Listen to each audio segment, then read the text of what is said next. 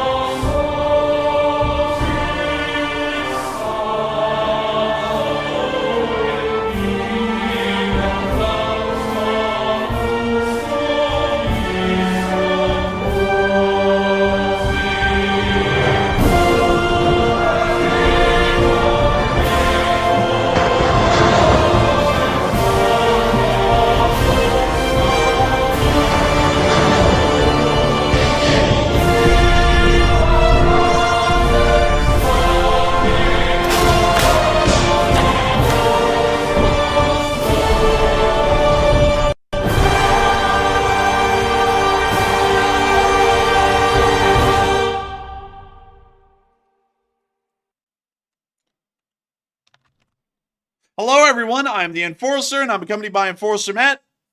And good evening, folks. It's Enforcer Matt, and welcome back to day 898 of the news, and it's good to see you all once again. And today we're hearing that Ukraine is approaching the nuclear power plant in Kursk, and also the Russians are surrendering in mass once again, and they're running off like cowards. And it's good to see you all once again. And, of course, we're going to be covering the past 24 hours of the news of the war in Ukraine and the war inside of Russia, as Ukrainian forces have continued to rapidly advance through the area of Kursk today, wiping out Russian forces, taking a large amount prisoner again, and we can see that the Russians are in a severe panic at this point. They have even gone to the length of declaring a federal state of emergency, meaning that this state of emergency now allows the Russian government emergency war powers across the entirety of the Russian Federation, and they have now declared supposed counterterrorism operations within the Bryansk, Kursk, Belgorod, and Voronezh oblasts. We've been getting absolutely major news today as Ukrainian forces still appear to be steamrolling through the area. The Russian forces are desperately trying to respond, and not only that, we have started to hear of major implications behind the lines. The Kursk Nuclear Powerplant at this moment has largely been officially abandoned by both construction workers and workers of the nuclear facility, and now supposedly, according to Russian reports,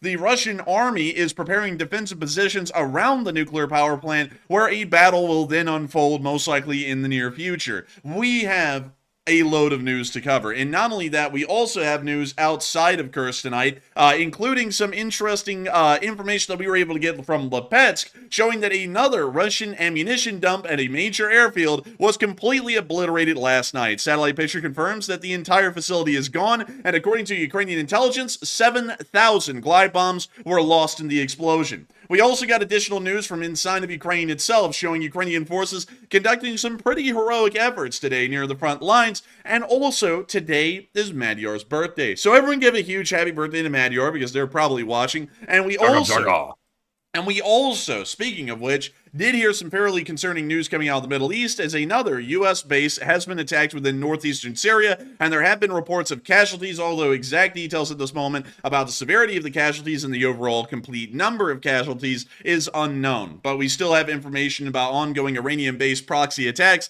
happening in the Middle East while we're live on air. We are going to be covering all of this tonight. We have a massive, unbelievable amount of news, and so we're going to be heading into it instantly as the Ukrainian steamroller continues to make its way into the fields of Kursk. We have heard that the Ukrainians have been conducting some major, extensive damage onto the Russian Federation, and we were also able to confirm that the convoy at Rylsk was destroyed. Picture evidence came out today showing the destruction of the Rylsk convoy, and from what we understand, this was an element either of the Rosguardia or some kind of a Russian army force. We're not entirely sure which brigade this would have come from, but nevertheless, the entire convoy was destroyed right outside of Rylsk. From what we understand, it was hit by some kind of a guided munition, most likely a HIMARS GMLRS of an M39 or an M40 variety, and it ended up pretty much destroying the entire convoy and a large amount of the forces that were involved in this unit. From what we know, this unit has been completely destroyed and is technically shattered at this point and will not be able to effectively conduct any defensive efforts around the area of Rylsk. We were also able to see that today the Korn Group, attachment of the 116th Brigade, was conducting strikes on more Russian military targets around the area of Rylsk. From what we can understand, the Korn Group, while being attached to the 116th Brigade, which is a mechanized brigade, we assume it's heading in the direction of Lipetsk, directly towards Kursk. It's one of the heavier brigades that we know of within this area. They also are using the Korn Group largely as a front-wide recon system. Their drones are providing information and intelligence to artillery forces of every brigade that's currently involved in this offensive and helping them to triangulate fire accurately onto Russian forces that are racing into the area and desperately trying to slow the Ukrainian armed forces advance. We were able to see one of these Korn unit drones watching as Ukrainian artillery comes in, destroying another convoy up near the area of Rylsk. And we see the first impact right there and the smoke rising off of it. Of course, very heavy damage to this convoy. We can see the remainder of the Russian convoy. We can see a large amount of vehicles down here in chaos trying to just make their way off the side of the road and away from this area as the rear element of the convoy appears to have been completely destroyed, with Russian forces running everywhere they can as another rocket slams down into this exact area of the convoy, now wiping out personnel and additional vehicles that were caught in the area.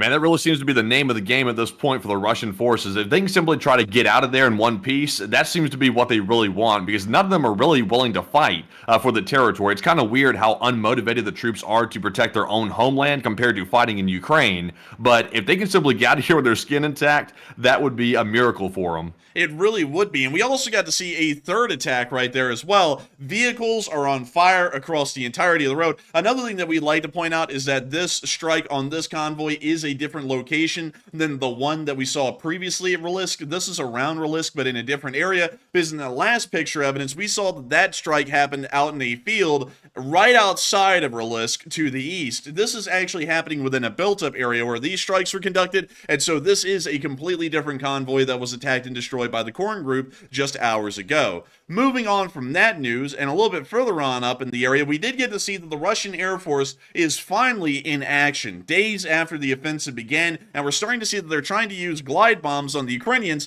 But what is most interesting about this is that the Russians are bombing Ukrainian forces that are occupying and controlling areas where there is a large amount of Russian civilians. And a lot of these civilians within the occupied areas in Kursk were not able to evacuate in time, and are now stuck inside of Ukrainian occupied territory. The Russians are not only dropping bombs onto the Ukrainian soldiers that are advancing in this area, they are also dropping bombs on their own citizens as well. Once again, that part of Putin saying, go out to the families, check on them. The Russian Air Force is checking on them by dropping high explosive on them and seeing whether they're dead yet or not. And if they're not dead, they're going to make them dead. And so here's the clip of the Russian Air Force dropping some glide bombs in the area, at least according to the Zvezda news from Russia. We can see the Su-34 dropping the glide bombs. We can see them deploy their wings right there.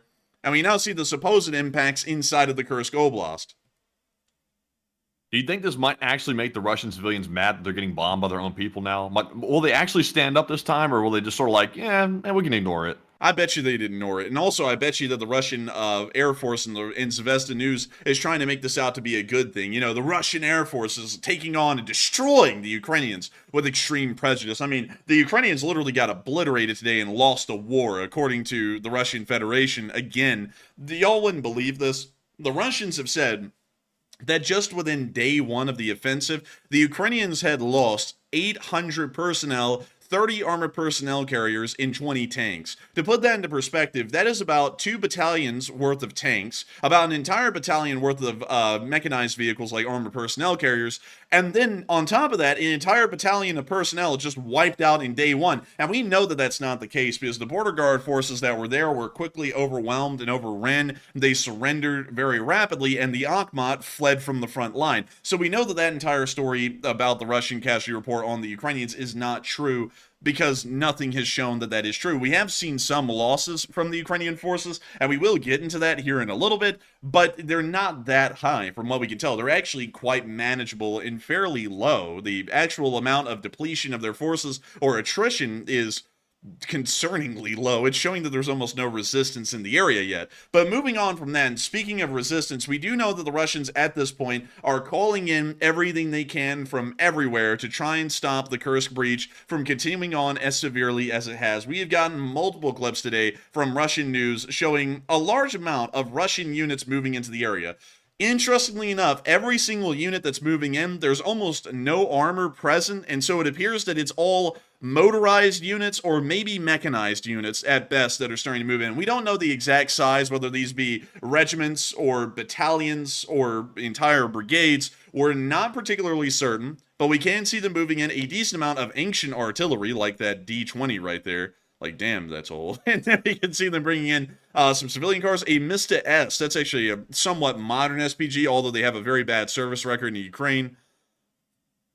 And you see them driving past the Kursk. Look at this. Look at this, by the way. This footage right here is from a news reporter that took this footage, and I think this is actually edited. The guy was actually speaking in a different part of it, and they exposed the location of the equipment moving along the highway for the Ukrainians to see that. So that was a huge blunder on the part of that reporter that took that footage and posted it immediately after he saw it. What a huge blunder to make. It really is. It is a massive blunder to make. And then they also did it again. I like how they're showing the forces driving in on the major highways, heading from Belgrade to Kursk and from, I believe it's Tula down to Kursk. Like, they're literally just showing everything moving in, giving the Ukrainians a pretty good idea on what corridors all of these forces are entering from. And if the Ukrainians wanted to, they could try and put these within HIMARS range at this moment and either knock out the highways or knock out the Russians moving along the highways at this point. It's so stupid. I don't understand why they're filming this and posting it so quickly. Like, I know these channels aren't exactly controlled by the Russian government, at least these independent social media channels, that is. The state media is covered by the government. But and with these right here, why would they take the video, post it immediately for the Ukrainians to see it, and not think that they're going to get targeted? It's like, it's almost like they want the Russian military to fail. You would almost think they may want them to fail, and honestly, maybe they do. But Matthew, before we move on from this and down to the other reinforcements that we're moving in, I want to point out this MTLB, okay? Because many of y'all may realize this is no normal MTLB. This is a MLRS MTLB. They put a Grad rocket launcher from the Grad truck on top of an MTLB, and we can clearly tell that this is some kind of like a crude construction by this unit, because you can see that the MTLB's suspension is sagging in the back. Like, it's almost leveled out the suspension near the rear of the APC, but the front of it's perfectly fine. The back of it, though, like, if they go over a bump, dude, everyone's getting their, like, tailbones broken on a bump. Like, look at that. Man, I think their tailbones are already broken with the way they run off from everything. Man, I would honestly agree with you, man. I mean, the Ukrainians are giving them a pretty bad beating at the moment, while we're still seeing more vehicles heading into Kursk. This one has already taken battle damage. We don't even know from where. It had a decent amount of shrapnel damage in the front hood and also the front windshield. We don't know much more about this vehicle or the specific unit, but once again showing more reinforcements moving in. This would suggest, based off of the battle damage, that they've most likely moved from the Vovchansk front, where this vehicle may have ended up coming under some artillery shelling down there, and now they're having to immediately relocate from one battlefield to the now developing one inside of Kursk. And at that very same time, the Russians are continuing to train and raise new forces for the heroic defense of the Russian Federation, and we have footage from the training fields today showing that the Russians are doing an incredibly good job at training the new recruits. Observe.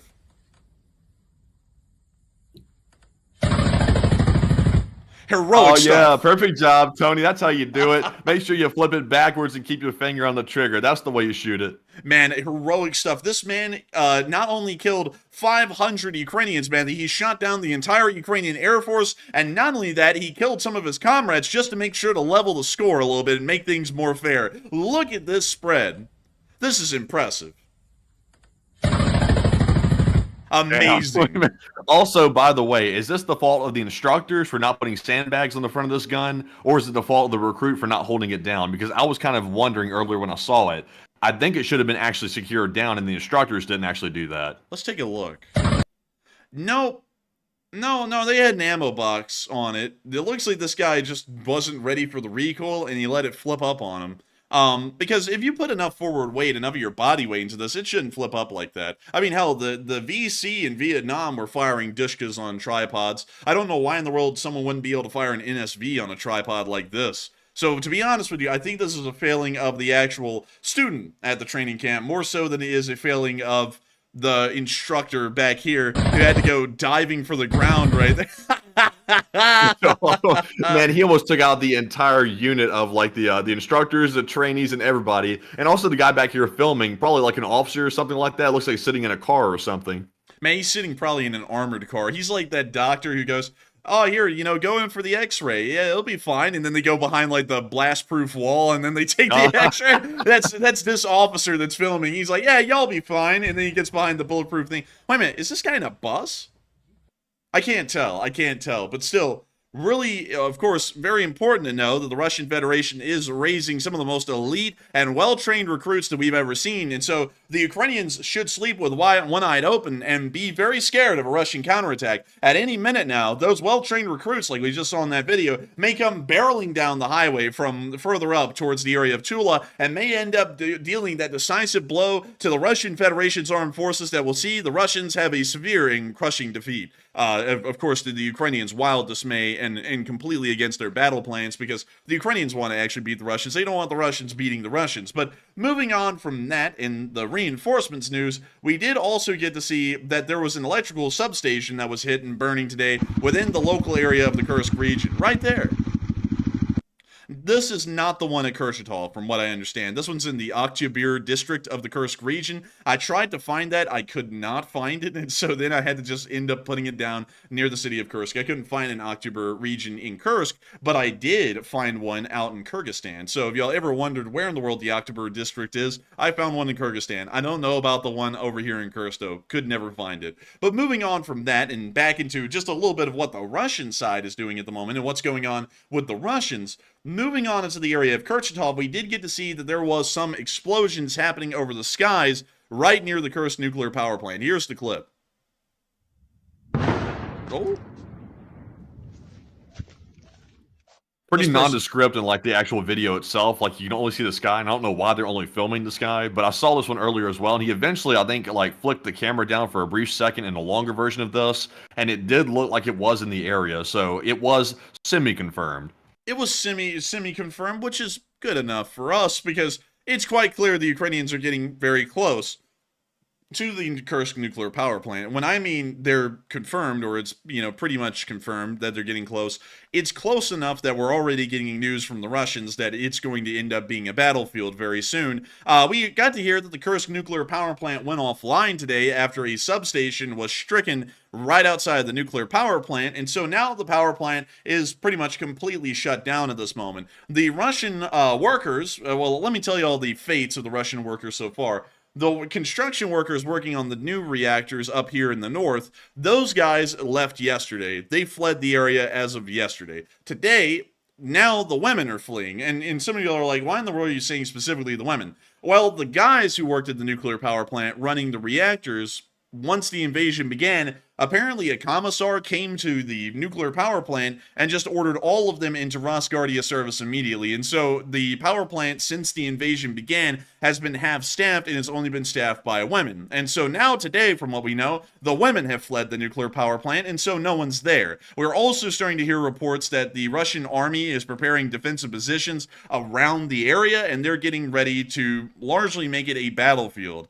But to read y'all another Telegram post that we got about the status of the nuclear power plant, once again to back up that pretty much everyone has fled. Judging by incoming data, the Kursk nuclear power plant is being prepared for a possible attack by the Ukrainian armed forces. Today, the mayor of Kurchatov, Igor Kuponkov, warned residents there are military operations taking place several tens of kilometers from the borders of our city. The situation is tense. Any state of emergency is in effect. And so it does once again confirm the Ukrainians are in Lyubimовka, not that far away from Kurchatov. This is the dozens of kilometers away, is down here, and it now sounds as though Rosguardia elements or Russian army elements are beginning a preparation for defensive structures around the area of the nuclear power plant. Making a battlefield out of a nuclear power plant is fairly unorthodox, and not only that, it's dangerous as hell, as the nuclear power plant can get hit, and there can be some pretty nasty side effects and consequences that come from a reactor having its containment structures breached, and also the reactors breached as well in a possible shelling or a possible detonation, maybe a demolition of some sort. But nevertheless, it does seem as though the Russians are in absolute panic mode at this point in the actual region. Russian forces are rushing into the area, trying to plug the gap that was created in the Russian border after the Akhmat and the border guards collapsed and then began to go into a rout. And we're also seeing that any forward elements of Russian armed forces that are in the area, like for example around Lipetsk, have already taken very high losses and may be partially destroyed or completely destroyed at this moment, leaving the Ukrainian armed forces with largely open avenues and corridors at this moment to try and drive deeper into Russia towards Lipetsk, towards Lvov, and towards Kurchatov, and of course the major city of Kursk that is only about 25 miles away from the Ukrainian forces at this moment. We also got to hear some information today from Moscow, as we did hear that a federal state of emergency has now been declared. It's not just an oblast state of emergency for Kursk, it is now a federal level state of emergency. This means that this state of emergency has been implemented across the entirety of the Russian Federation, and it now seems as though the situation is, admittedly, even by the Russians, very severe. According to the information that we have, Russia's emergency ministry has declared a federal state of emergency in the Kursk region. This comes as Ukraine continues its 4 days old incursion into the Russian border region. The acting governor, Alexei Smirnov, hey, Smirnov, Matthew, that guy has a good business in vodka after that, said he had introduced a state of emergency in the border region earlier this week, but this has now been escalated at the federal level. And then the following statement was issued by the Russian Federation's government down here on the Telegram, which does once again confirm that an actual state of emergency has been declared across the entirety of the Russian Federation, and now we are starting to see that this situation is being viewed gravely by Russian authorities. Seeing that now, unfortunately, I got a question for you real quick about that federal state of emergency. I saw today, and I think you're going to get to this news probably in a moment, that a counterterrorism regime was established in several oblasts or regions of Russia.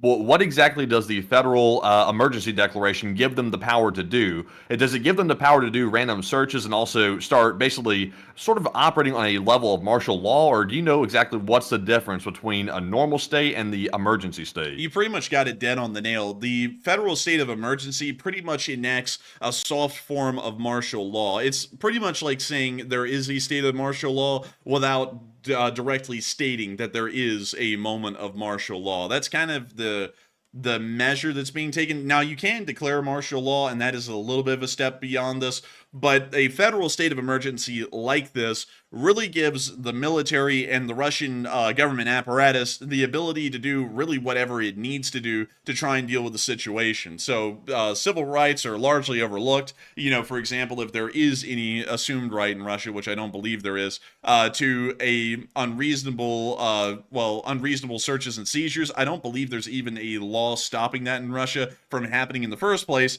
But now they will be able to stop and search anyone they need to. They will also be able to divert any kind of resources that would be required to try and conduct a defensive effort, not only inside of the Oblast of Kursk, but now on the federal level, meaning that resources can be pulled from anywhere in the Russian Federation to try and deal with what's going on in Kursk. So that's kind of the best way I can explain it at the moment. It's really weird because they're declaring a state of emergency and a counterterrorism regime, which both seem to be literally just a inch away from being martial law, but they're not officially declaring martial law yet. But I would have to say, largely for what we're concerned with and what a lot of people would be concerned with, this is practically, in effect, the Russian government declaring a state of martial law due to the Ukrainian invasion. So, right. So I was about to say the same. I was about to say the same thing myself. When I saw this earlier, I was thinking it seems like basically martial law, and it's being put forward like it's a state of emergency or a counter-terror regime. When in actuality, that's basically like soft word for saying we are actually in an all-out state of martial law. So to me, it seems like kind of like the Russians called the operation into Ukraine. They called it a special operation instead of a war. This seems to be the same thing to me. They're calling it a state of emergency and a counter-terror regime, when in actuality it is martial law, because it seems like all the powers that they were given under martial law are pretty much under the federal state of emergency, at least in the Kursk Oblast or region. It pretty much is. It's kind of like when the British ended up having to fight a war in Malaysia down here, and instead of calling it the Malaysian War, they ended up calling it the I think it was the Malayan Emergency or something along those lines. And they did that specifically because insurance companies would not pay out companies that were sustaining damage in Malaysia because if in a state of war, they could not get insurance payouts. So the British government decided instead of calling it a war, they were going to call it an emergency. So that way the companies that were still sustaining damage that were British based would still get payouts by insurance companies and not take insufferable amounts of damage from the ongoing war that was happening inside of Malaysia. But still, that's a little bit of a side note, still kind of showing the word games that can be played, and the Russian Federation is without a doubt playing that word game. They're playing it very carefully because they don't want to freak out the Russian public too much. But we do have clear evidence at this point that the Ukrainian armed forces have been able to get in infiltration units into the area of Russia, and they have special forces behind the lines at this moment that are most likely going to be conducting forward reconnaissance and sabotage efforts wherever they can, trying to, of course, put the Russians on the back foot as much as possible, disorganize them as much as physically able, and then hopefully that will allow the Ukrainian main forces to break up those Russians a lot easier and then isolate them and destroy them in detail. But a lot of people have been talking about the reports that Ukrainian forces are just within 10 kilometers of the Kursk nuclear power plant. That is incredibly close. That is about roughly 7 miles. And if I was to get out a ruler here and we were to measure 7 miles, that actually means that the Ukrainians would have made it onto the main highway at this point and would be somewhere around Imeni Karla, meaning that the nuclear power plant possibly within this very moment is within clear view of the Ukrainian armed forces. We have not been able to confirm that with video or picture evidence on this map, and for operational security reasons, again, we are having to greatly delay our frontline map updates that we have on our own map. So this is still showing what we knew as of yesterday, and that picture was 8 hours old as we went live on air the other day. We don't want to give up too much up-to-date and accurate information that could end up posing some major security issues for the Ukrainian armed forces, and considering that the Ukrainian war effort is within Western interests, we don't want to compromise or violate the operational security of Ukrainian forces that are conducting actions in support of Western interests. So at this moment, we can't say exactly where they are. That would be a good measurement on how far away they would be from the plant.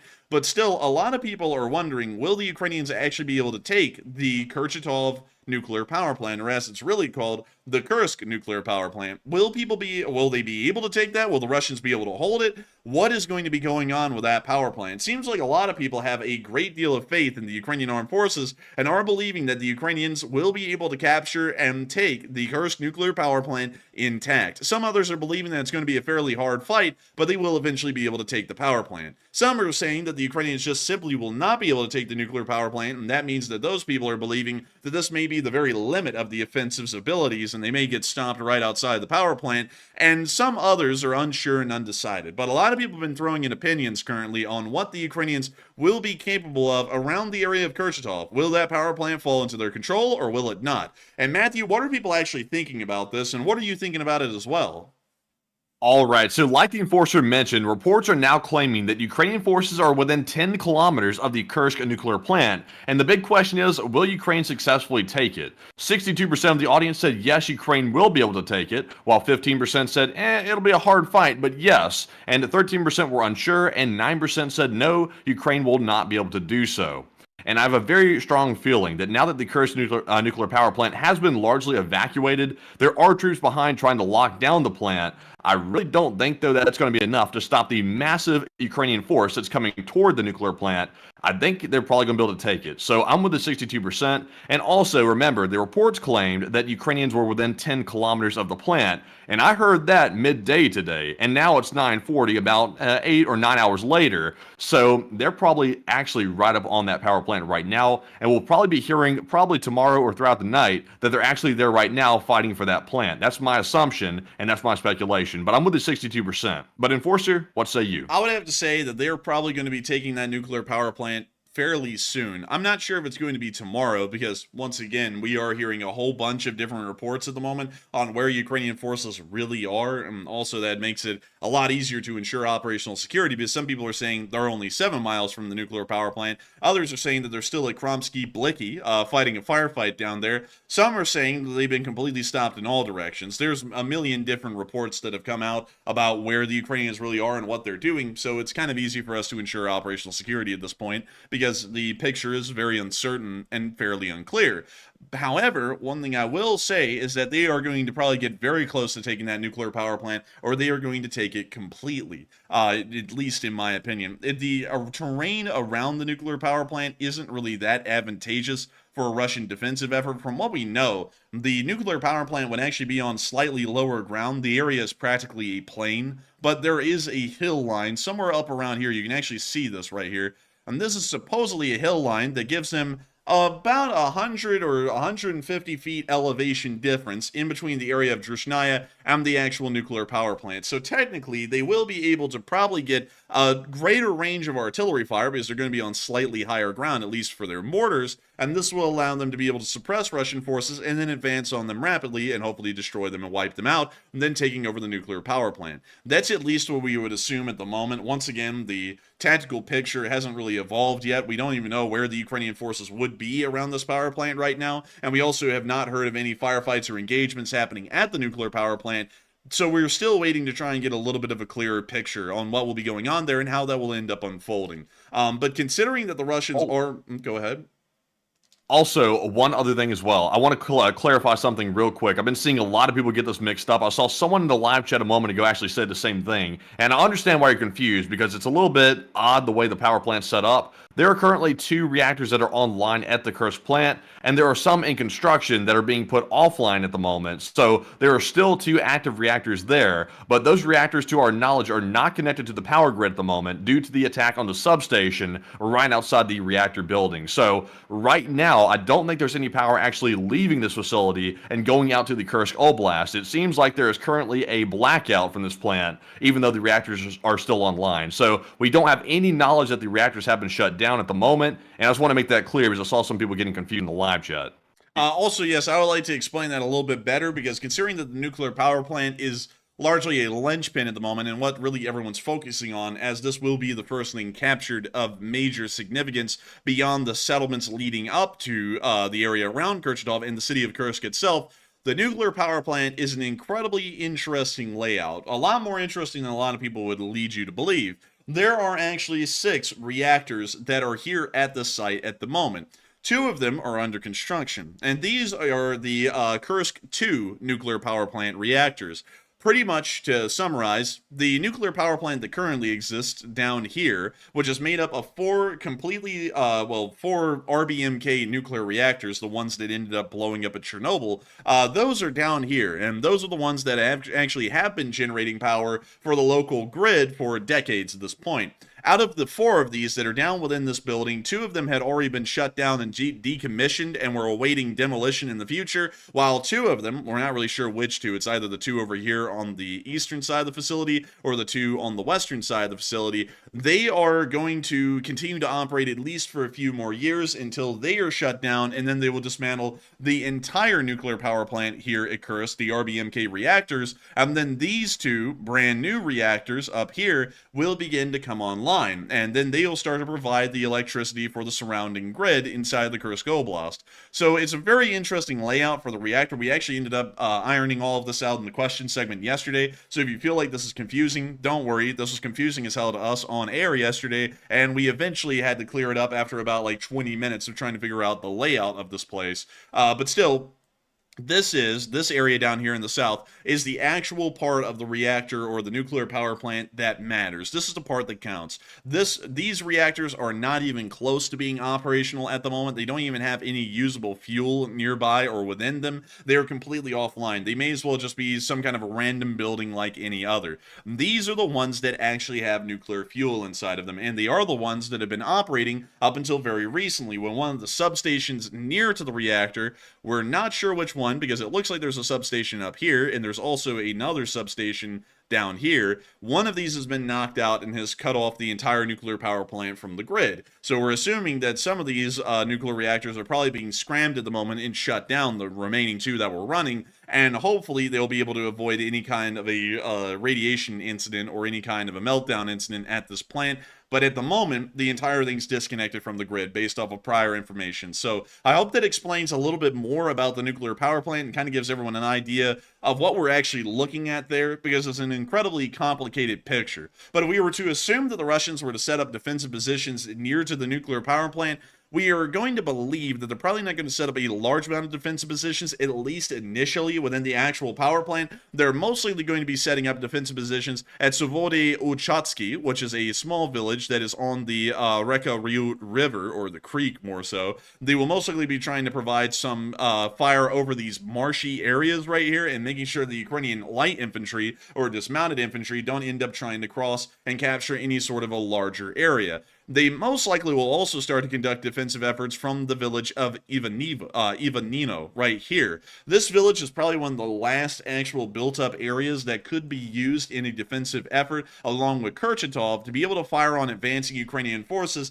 and try and knock them out before they could close the distance and begin to engage the Russians up close. Kurchatov will probably end up playing a fairly significant role in the defense of the Kursk Nuclear Powerplant, as Kurchatov does have a fairly decent amount of built-up structures, at least multi-story structures that would allow anti-tank guided missile units and also reconnaissance units a great deal of oversight over the area just south of Kurchatov in the fields leading off of the hill near to the area of Druzhnaya, and this would allow them a great arc of fire, much like we saw the Ukrainians have inside the Vovchansk offensive, to be able to try and knock out Ukrainian forces before they even started to close the distance and directly engage the Russian Federation's forces that would be defending Ivanino and Kurchatov just south of the Kursk nuclear power plant. The Ukrainians would most likely find that an advance through Druzhnaya and into Ivanino would probably be the most advantageous position for them, and this will most likely be the most weak position of the Russian defensive effort, considering that Druzhnaya and Ivanino actually merged into two villages about 40 years ago or so, from what I know. But beyond that, this is going to be the weak point defensively, as the Ukrainian infantry will be able to close the distance and start to fight the heavily demoralized Russian troops that will be within this area. And considering that their morale is already low and they're only partially equipped compared to their full strength pre-war, these units will most likely shatter, and the Ukrainians will rapidly advance through Ivanino, and at that point, the Russian defenses at Kurchatov are practically useless, because while they can try and fire onto the Ukrainians that are still trying to enter Druzhnaya, the Ukrainians now have a corridor of buildings that they can move through from Druzhnaya and in through Ivanivo that will provide them a little bit of covering, cover, or more so concealment from enemy forces, and will make it a lot harder for them to barrage and hit them. And then from there, they'll easily be able to move on into the Kursk nuclear power plant. And so with that, I hope we kind of went over the best battlefield overview that we can get in this area near the Kursk nuclear power plant, because it's probably going to be one of the most important battles that happens beyond the battle that happened near Sudza, where about 400 Russian border guards ended up surrendering and about another 100 the next day. But with that, I hope that does kind of cover that the best we can. But with that, it is now time for us to move on away from the Kurchatov area and the Kursk nuclear power plant, and to move on to something that is very telling. This was on the road heading south towards the area of Sudza. This was near a village called Pesachnoy. This is the best we could tell at the moment. And we could see that apparently some Russian forces are so demoralized, it looks as though they're abandoning their tanks without them even seeing combat. This was filmed by a Russian citizen that was fleeing from the Ukrainian forces, and they ended up driving by a completely abandoned T-72 main battle tank of the Russian army. It is starting to show that they have some limited armor elements within the area, maybe an armor company, somehow, some way, that's at least on this road at the moment. But it also appears that they're so demoralized, one of the tanks has literally been abandoned intact. So here's the clip, and we can see them turning onto the road, and right there is the tank. From what we can tell, it sustained no real damage. We don't see any fire damage or fire markings for that matter. It just appears to be sitting there, but still, interesting to see it was abandoned. Просто ужас.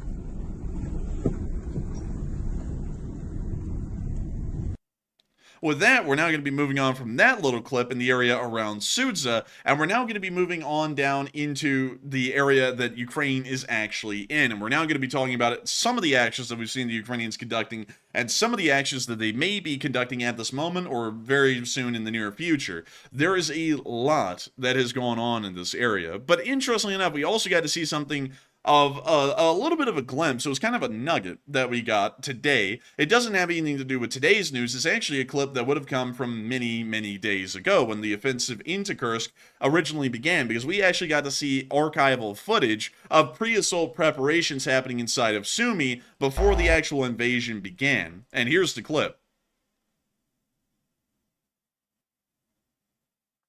And we can see them out there just kind of standing around, of course, in preparation, getting ready for the offensive, getting all of their vehicles and equipment in place, and getting ready to go.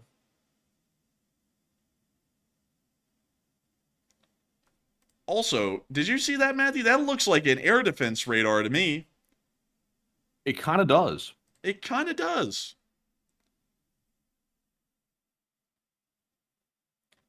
That looks a lot like one, actually. A counter battery radar, or maybe some sort of a acquisition radar, maybe.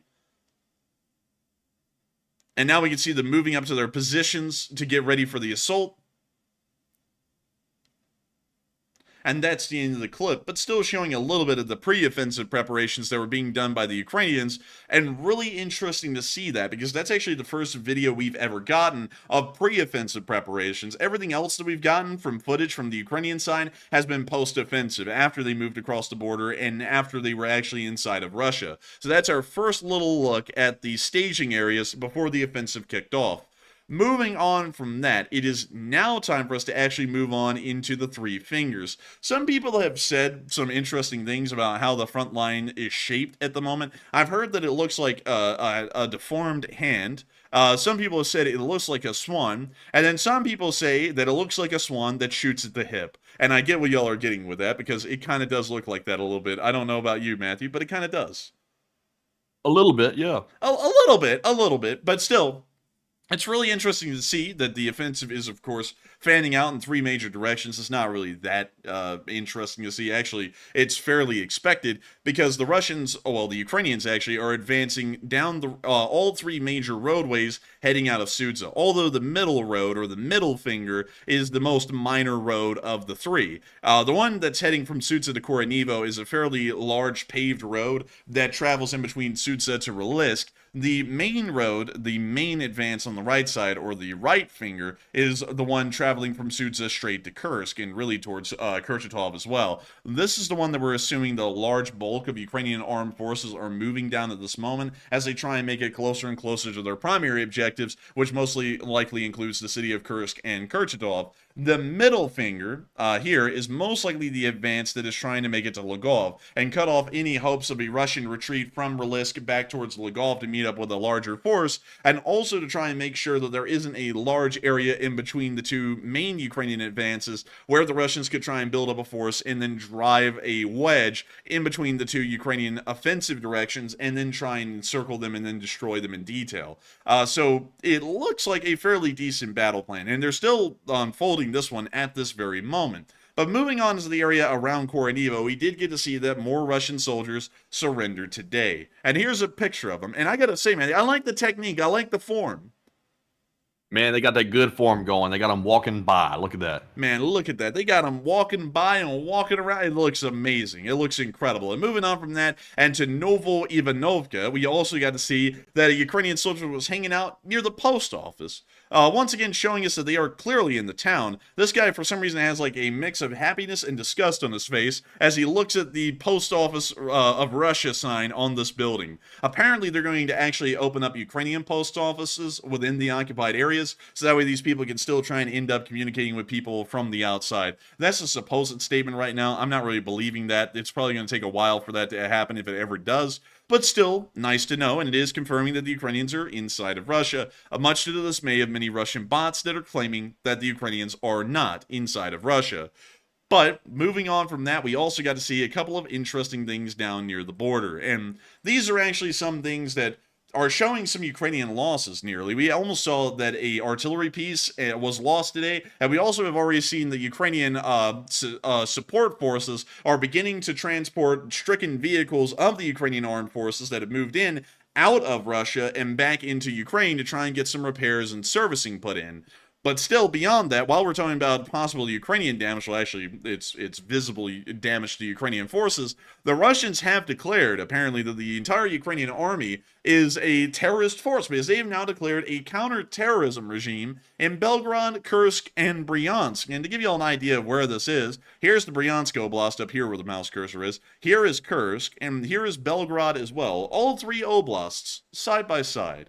It's interesting to know that they're declaring counterterrorism in all three of these oblasts, because we also happen to know that there are Ukrainian special forces teams that are traveling around in these oblasts at the moment and conducting sabotage efforts behind the lines, as special forces does. And a lot of people are wondering, are the Ukrainian groups already in there? You know, we kind of already know that they are, but does everyone really believe that they're in there? Or do they think that this is more so the Russians overreacting and freaking out now because they see that this is actually a major ground offensive and it's not going to be disappearing anytime soon? A lot of people are believing that the Russians actually want to stop sabotage by Ukrainian special forces. Some people are saying that the Russians are just preparing for a Ukrainian advance and they're really just biding their time until the Ukrainians really take over the area. Some say maybe so, but it seems kind of precautionary, and others are a little bit unsure and undecided. But Matthew, what are people thinking, and what are you thinking as well? Do you think that there's a real reason for this counterterrorism operation or not really? All right, so now that we've heard that Russia has indeed declared this counter-terror regime in Belgorod, Kursk, and Bryansk, the big question is, are Ukrainian groups already there? 40% said yes, Russia wants to stop the sabotage, while 29% said no, Russia is preparing for Ukrainian advance, and 17% said maybe so, but it seems more precautionary to me. And on this one, I would say that I am definitely in the 40%. Russia is trying to stop sabotage. We're seeing fires start in also Belgorod. I don't know really about Bryansk. We have seen some things happening there, but not quite like in Belgorod. And obviously, Kursk is where the invasion is happening, in the Kursk region. So I think Russia is trying to stop the sabotage. Ukraine has sent out groups to go ahead and also start destroying equipment and setting fires and causing chaos throughout these regions. So I think that's the main goal. And really, to prepare for the Ukrainian advance, I would say probably not so much about that, more about the sabotage. But Enforcer, what say you? I would have to say that the Russians are probably wanting to stop sabotage, and they're also trying to get any kind of abilities they can that would provide them martial law, at least measures, but without declaring martial law, because they do know that Ukrainian special forces have been able to infiltrate. There was at least a 36-hour period near the area where there were literally no Russian forces present for the large part, beyond a border guard battalion or maybe two. And so we know that there was such a large gap that Ukrainian special forces had to have quickly entered Russia. They're now blending in with the normal civilian populace, and they're going to be conducting any kinds of efforts they can to sabotage and destroy Russian military efforts that are beginning to mass in this area. And when I say destroy them, it's not like the special forces are going to go Rambo mode and they're going to kill like 30,000 guys in like a week with like 30 people. What I mean by that is that they're going to be trying to knock out Russian communications hubs, Russian munition dumps, also any kind of commanders that they can find. They will most likely be trying to assassinate those as well. Those are generally the things that the Ukrainian special forces are going to attempt to conduct during this offensive. And the Russians are probably trying to counter them already and figure out where they are. They are going to strip everyone pretty much of their rights in this area to figure out where these guys are, and then end up taking them out before they can cause any real major damage to the Russian army. So I would have to say it's probably that they're very scared of any kind of possible damage or repercussions that could be felt by the Russian army, and so they're trying to stop the sabotage before it even begins. But knowing how incompetent the Russians are, the damage is going to happen, and there's going to be absolutely nothing that they can really do about it. But with that, I hope that does address that fairly well, at least in my opinion. And Matthew, I understand that we actually have a couple of questions from the chat, and what do we got? All right, so our first super chat of the night goes to James Alexander, who's been supporting the channel in a very big way the last couple of days, and we appreciate it very much, James. And he puts in a $50 donation, and thank you very much for that support once again. And sadly, I don't think I saw a question attached to it. Let me go back and check real quick. And it looks like there was not even a super sticker. So sadly, nothing to talk about. But once again, James, thank you very much for that support and supporting our work. And Enforcer, what say you? And I gotta say a huge thank you so much for the support, James Alexander, and helping this channel to keep on running. You didn't throw in a comment, but the support means a lot, and it helps this channel to keep on running and being possible. Which is a very big thing, because this channel does run ad-free and sponsor-free, and the only way we're able to do this as a job and make it a living doing this is from support from folks like you, James Alexander. So a huge shout-out and a huge thanks to you once again, because if it wasn't for folks like you, we wouldn't be able to make this channel possible, and we wouldn't be able to keep this thing running. And so, of course, a huge thanks to you once again, James Alexander. And with that, we are on to the next one. And our second super chat of the night is going to go to Hokey Redneck, who's also a channel legend, and puts in a $50 donation. And thank you very much as well, Hokey, for that support. He said, I learned today that the M777 barrels are made in Watervliet, New York, and the ammo is made in Scranton, Pennsylvania. Scranton. And I was watching how we've ramped up production. Interesting. Let's go see where I'm guessing it's this major facility right here. Army Recruiting Battalion, Albany. Wait a minute, hang on. Hold up. This whole thing isn't a recruiting battalion. This can't be. Hold up. Hold up. Hang on. We gotta get down there on the street. Is there a street? No. There's no street view.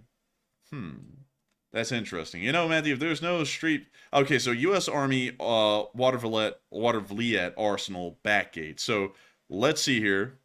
Let's take a look at this. Ooh. Ooh. Dude, look at that boiler.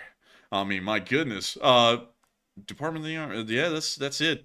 I don't know if this is where they make the barrels. Like, maybe it's a different part of the town, because I'm really having a hard time believing that it would be an actual army armory that would make the barrels, but maybe so. Usually it's done by a private company, though.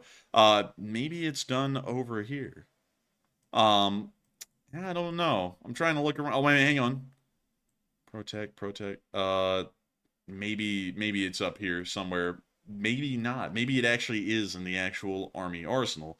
That would be interesting if it is, but that is still very cool to know. And I gotta thank you so much for the support and helping this channel to keep on running and sharing that interesting little bit of info with us. And funnily enough, you are correct. The ammunition, a lot of the 155mm shells, not all of them in America, but a good amount of them, are actually made in Scranton. Whoa, I tell you, Jack, I used to make loads of ammo, double chocolate, high explosive. We used to blow them up. But beyond that, I gotta say, thank you so much once again for the support and helping this channel to keep on running. And that is very interesting to know, Hokey Redneck. I actually did not know that a single bit, that the barrels are apparently made all the way up there in New York. And then, of course, the ammunition was made in Scranton, because we actually heard that a fire happened at the Scranton ammunition plant a while ago. It was maybe about a year ago at this point, but I think the damage was moderate or minor. It wasn't anything incredibly severe, and it didn't knock it entirely out of the production cycle, but it still was enough that it did make the news. And it was at the exact same time that a base systems factory ended up catching on fire and burning in Wales. So that was when, like, this whole idea of the Russians sabotaging everything everywhere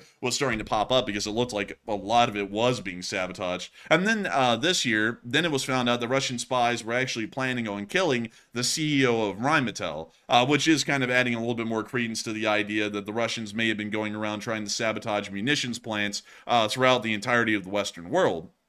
But with that, I still thank you so much once again for the support and helping this channel to keep on running. Hokey Redneck, because I gotta say, very interesting info, and that's interesting to hear that they are ramping up production, because that sweet, sweet government money is coming in. And this is actually something a lot of people still don't really know, because this isn't explained how the government spending works for, say, you know, like our support for Ukraine. You know, we approve 60 billion, and people go, why the hell are we giving all that money to Ukraine, eh? When we could give it to something else. And the truth is that almost none of it actually makes it to Ukraine as physical cash.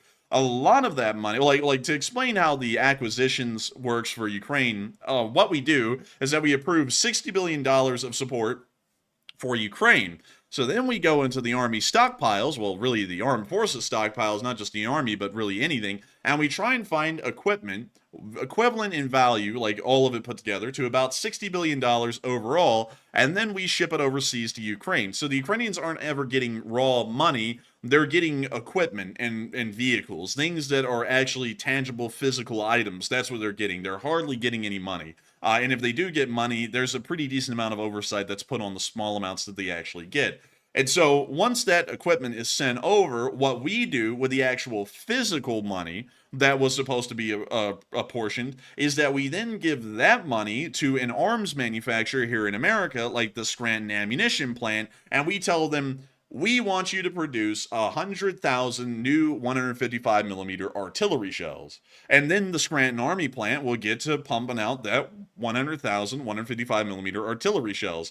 That is something that actually ends up benefiting the United States a lot, because the money that is being given, and a lot of people want to make it sound like we're just literally like moving wheelbarrows of money into Ukraine, like physical money, and it's leaving the United States. Almost all of the money that we give to Ukraine actually ends up inside the United States, about 95% of it or 98% of it, according to the numbers that we got last time. And so a lot of it is going to the manufacturers of M777 artillery pieces like base systems, and a lot of it is also going to other factories like the Scranton ammunition plant.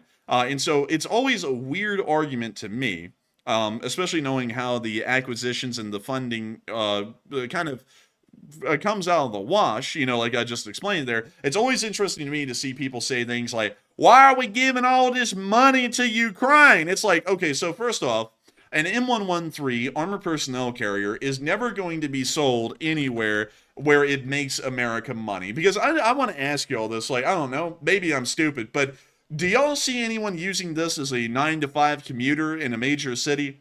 I don't.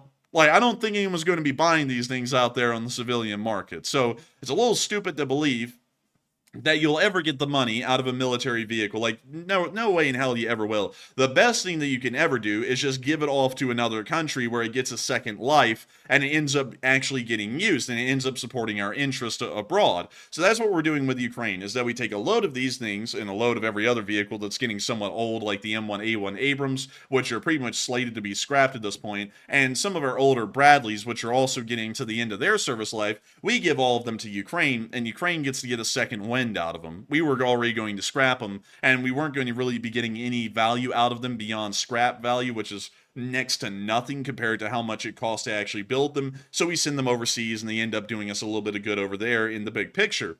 And so then what we do with the actual money that we approved is that we then spend that to produce new weapons and new equipment. So really, in a sense, you can look at this more so when we talk about Ukraine military support. You can really look at it more so as the U.S. Department of Defense or military spending getting a massive uptick. So instead of it being $900 billion, you add on top of the Ukraine support, and then it's about $955 billion this year instead. And we're getting to replace a whole bunch of our older stuff with the brand new, shiny, great stuff. And then that stops everyone in the military from bitching that stuff is old. So instead of everyone saying, damn, these M777s don't work because they're so old and worn out that the firing cord doesn't actually detonate the shell. You have to like pull it really hard like 3 times. Instead of that, they go, oh wow, look, we pulled the cord one time and the actual piece fired. Look at that, isn't that a miracle? Or they go, oh look, instead of having shells inside of our inventory, which would have a 10 to 20% dud rate, now we have shells that are brand new and they only have about a 5 or a 3% dud rate. That's the kind of thing that's being changed with this kind of support. That's how it actually works. And so with that, I hope that does address that kind of a side of thing fairly well, because a lot of people get that really confused and really messed up in their heads, and then they make these silly, unintelligent arguments that don't actually exist in reality, because the real life picture is a lot more different than the one that's simplified. Because it's so easy to say that we're giving money to Ukraine, it's a lot more difficult to explain how the acquisitions and funding side of things goes after we approve those spending bills. But with that, I hope that does address a little bit of a rabbit hole, and also your main question, well, your main statement fairly well, Hokey Redneck. And thank you so much once again for supporting this channel and helping to keep on running. And with that, we are on to the last question of this segment, and then we're going to be getting right back into the Ukraine war news. All right, and the last one of the segment goes to Ricky Chaos, who puts in a $50 donation. And thank you very much, Ricky, as well, for supporting the channel a very big league here recently, and we appreciate it very much. And Ricky says, happy Friday to the LSA, and cheers. And I almost forgot it was Friday, I'll be honest with you. I didn't know that a minute ago. I was just told it was Friday. But they said, @Enforcer Matt and @Enforcer, take one from the chat. And thank you so much for the support, Ricky Chaos. And also, Matthew just said something, and I'm going to have to say this on air, Matthew. He was like, I didn't know it was really Friday. Matthew said it was Wednesday before we came on air. Like, I was sitting there, I was like, I thought it was. I was like, man, what day is it, Matthew? And Matthew was like, Wednesday. And I was like, it can't be Wednesday. And then I got on my phone, I was like, dude, it's Friday. And he was like, dude, I don't know what day it is. Hell, I didn't know what day it was either. So his guess was as good as mine, because I was going to be like, I think it's Thursday.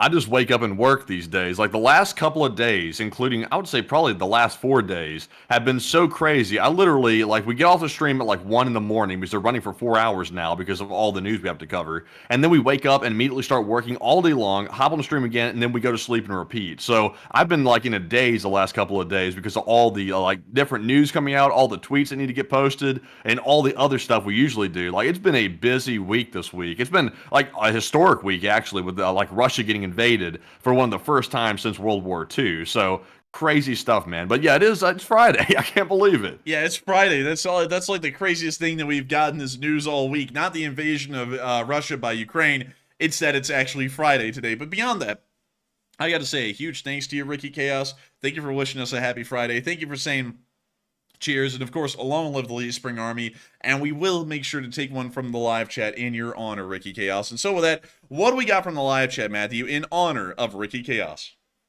All right, so this live chat question goes to Thomas Steyer. He says, do you think that the Russians will scramble to reactors at the nuclear plant? From what we know, they probably are already scrambling them or scramming them. I think it's scram, isn't it, Matthew? Like scramming like troops or the reactors? Like which one are you talking about? The reactors, isn't it called scramming them? I don't think they're actually doing anything to the reactors that are currently running. They're just simply keeping them running. But the reactors that they're constructing, they've made those go cold. I'm not sure how they did that because I'm like, if you're constructing the reactor, how do you make it go cold if it's not even, fully built yet? But, the operational ones, they're just normal, like usual. Man, the workers come off of that construction site every day, and the wife is Glowing. like, wow, you must love your new job, you're glowing. It's like, oh no, it's actually the reactor, it's the radiation blitz. I'm going to start melting to the bone. Like, damn, it sucks to be me. But beyond that, yeah, that is, Matthew, what do you mean they said they got them cold? What, like, I haven't heard anything about that. What do you mean? The Russians are saying, this is through Russian channels, by the way, they're saying they're keeping the 2 operational reactors running like usual, and the 2 constructed ones, they're saying they've gone cold. So, like I said, I really don't know what that means because you can't send a new reactor cold because it's not running. So I don't even know. I don't really even know. And also, I do see people in the live chat saying that scram is the emergency procedure, but they have not scrammed those reactors, to my knowledge, the 2 operational ones. They're still going along, but they're not connected to the grid because of the attack on the substation. So that's the current status. Huh, interesting. Yeah, so it does sound like the Russian construction workers show up at home and they're glowing. My future's so bright I have to wear shades, Blade. No, it's actually the radiation in your body. You're going to die in like 3 days. Oh, something like that. Oh, man, I thought I was actually getting a good job. No, Russian government does not care about you, Blade. But still, I gotta say, I hope that does address that live chat fairly well. Thank you so much once again for the support, Ricky Chaos, and supporting this channel and helping to keep on running, because it is folks like you who help to make this thing possible. And I gotta say this while we were about to move on from the question segment and get on into the rest of our news tonight. I gotta give a huge shout out to everyone who's supporting the channel tonight. Y'all are helping this channel to be possible for an insanely high amount of people tonight. At the peak so far, we have had 15.5 thousand people here at the peak tonight. And right now, there's about 12.5 thousand people on. That number usually goes down during a question segment. So y'all are looking at probably one of the lower parts of the stream at the moment. But beyond that, there is 12.3 thousand people still here, and that's absolutely insane. I can't really believe a number like that. It's nuts. And so far, 77,000 people have watched this stream just in the first hour. That's incredible. It's absolutely amazing. And I got to give a huge shout out to the super chatters of the channel, because y'all's support helps this channel to be ad-free and sponsor-free on these live streams, so that way everyone in the world who wants quick access to heavily detailed news on what's going on around the world can get to it without a second thought and without having to spend a single dollar or a single second of their time watching an ad. I got to give y'all a huge shout out to super chatters who do support, because the very few of y'all that there are every single night make this channel possible for so many people, so many countless millions of people a month. And so with that, we're now going to be moving on back into the Kursk Oblast, and we're now going to be moving on to those Ukrainian losses that we saw near the border. We did get to see today that an M777 ended up nearly getting hit by 2 kamikaze drones. They were 2 Lancets. We can see the M777 here, and another interesting thing to note for everyone is that this M777 is inside of Russia. So this means that the front lines have moved so far forward from the Ukrainian border that the Ukrainian artillery is now having to move up into Russia to be in firing distance of Russian forces out in the actual combat zones, or the points of contact. And so we can see the M777 firing a support mission right here. And then we're about to see the Lancets attempt to take it out.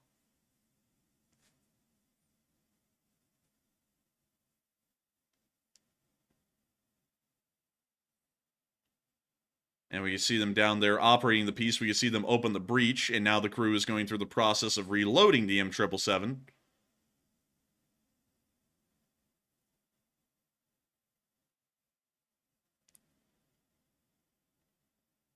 And now they're all running off. It apparently is the Lancet that may be arriving, or they're getting ready to fire again, one or the other.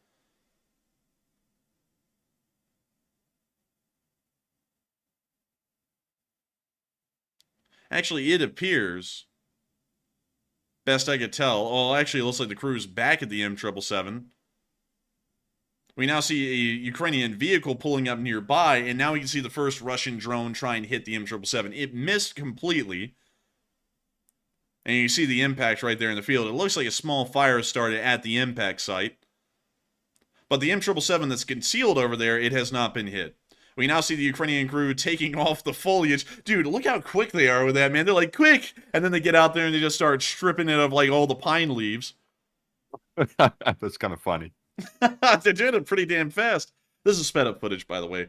But now we can see them running off again. They're like, shit. And there's another drone that's popped up. But now we can see the M777 firing again a little bit a while later. Man, the thing really does put off a lot of powder residue. I mean, that thing was like a black powder artillery piece. And now we can see the next drone come in.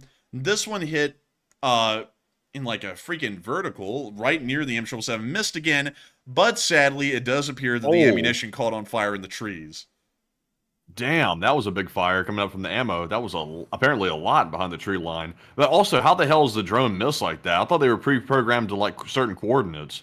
Oh no, these are hand-guided, Matthew. And so the Russian drone pilots just suck. They were lucky to even get the ammo. Wow, that really sucks, but good for the Ukrainians, though. Oh yeah, you got to admit, it is incredibly good for the Ukrainians.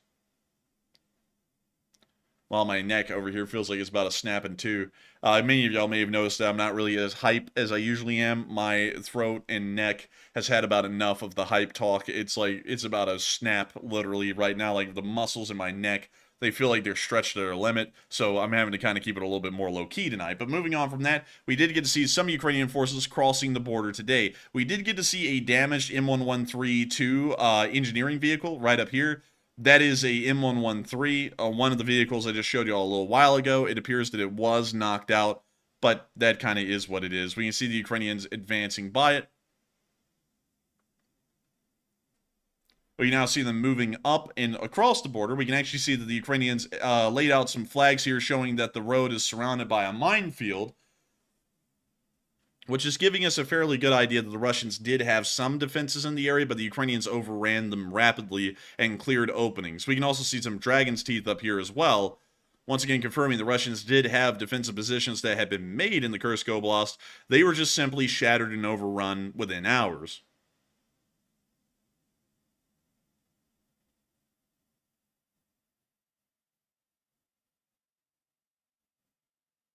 And with that, that's the end of that clip right there. Very interesting to see. Once again, showing us the border crossings that the Ukrainians are using. There's a lot of them from what we know, but still one of those that are out in that area. But moving on from that, we did also get to see that a damaged striker was being removed from the area today. This is showing us 100% that there is a large amount of Ukrainian brigades that are active in this area, as their support units are taking on the actions of picking up damaged vehicles and evacuating them from the area so that way they can be repaired, brought back up to full operation, and then returned back to the brigades that they come from. This most likely came from a mechanized brigade a lot earlier on in the fighting. It was probably one of the first losses that they had, because from what we would understand, this is probably very close to the border, and they're picking up some of the vehicles that were knocked out probably about 2 days ago, and they're now bringing them back to be repaired and then sent back to frontline service. Still, very interesting to note that, and it is showing that this Ukrainian offensive effort has been well thought out, even with the support units coming up with the recovery operations in the ongoing offensive. Something we very rarely see from the Russian or Ukrainian side within most areas of the active battlefield inside of the Donbass. Moving on from that and on up into the area around oh yeah, we already showed the post office thing. It's time for us to move to the middle finger, or more so, the head of the swan. We're going to be moving up into the area of Kromsky Bliki, where we got to see that a Ukrainian APC was hit by a drone up here in this area. They say that it's a BTR. I call BS. It looked like a martyr to me. But we can see the drone camera here panning around. We can see the white triangle denoting that it is a Ukrainian armored vehicle. We now see the drone coming in, and that looked like a martyr, but it got hit. We now see the smoke rising off the vehicle.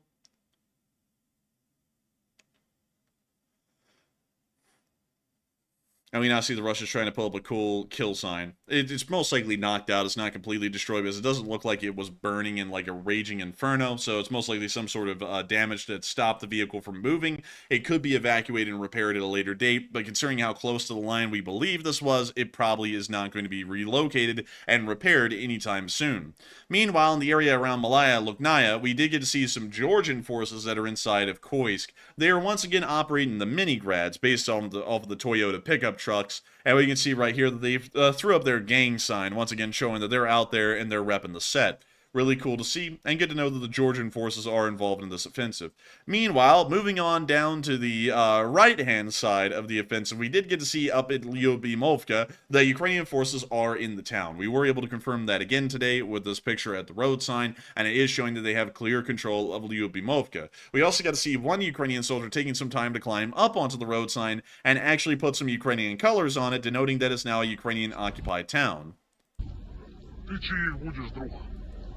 We got the devil back here behind the camera. That's an extremely tall sign, by the way. Dude, they put that thing up for, like, the aircraft to see, apparently.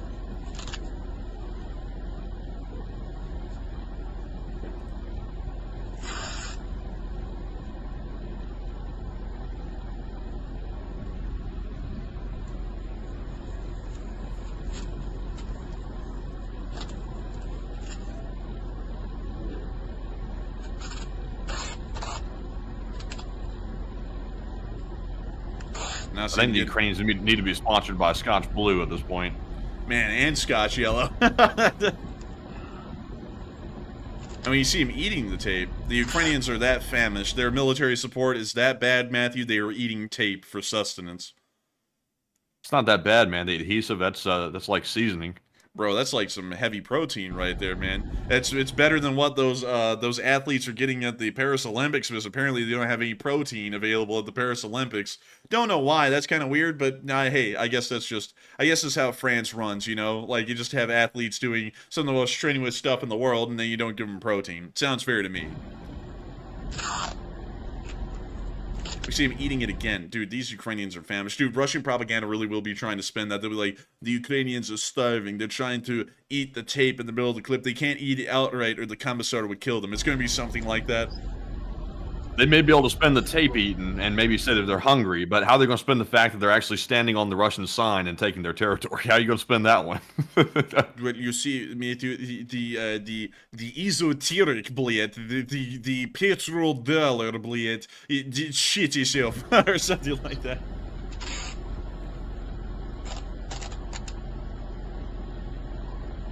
He's really being very meticulous with this. I appreciate that. He's eating it again. Man, this man is hungry.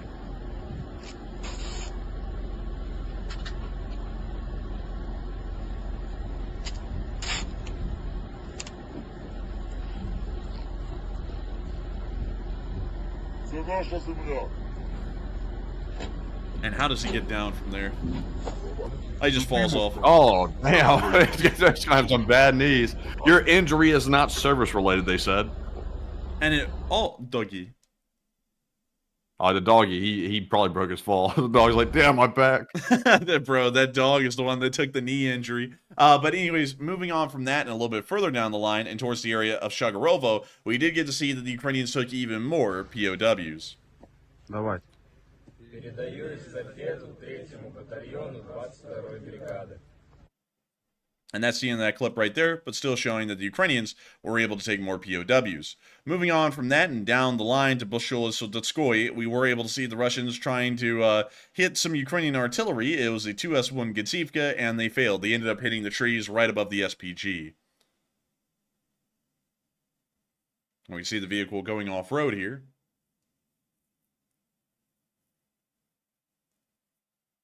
We now see it backing up into the tree line.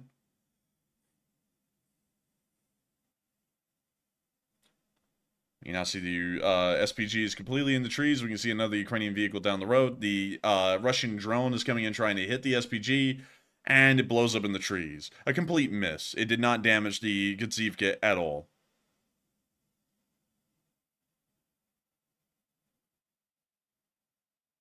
And that's the end of that clip, but it seems as though Russian drone efforts may not be as fruitful or successful as the Russians would hope them to be. We did get to see, though, down near Sudza, that the Ukrainians do have confirmed and complete control of the small village of Dmitriokov, if that's how it's pronounced. That is very hard to say, but they do have clear signs of control beyond the town east of Sudza. Once again, confirming Sudza is well under Ukrainian control. We are able to see this guy here with a very nice AK-74 standing under the sign and confirming that it is in fact controlled by Ukrainian forces. We were also able to see that within the town of Sudza itself, there were some local people around. These guys like to wear shiesties, and they also say very interesting things that we do not have a translation for. But I am going to show you all the clip. На связи сопротивления Курской области. Хотим передать привет нашим гостям ВСУшникам. Попробуйте не разъебашить здесь. His shirt says heavy industries. I don't know if he works in the steel. Mitsubishi material. You know, something like that. Ребята, вам здесь не рады. У нас никогда не было проблем с Украиной. And who are these guys again? I have no idea. I literally just wanted to call them the local brigands. I have no idea who they are, though.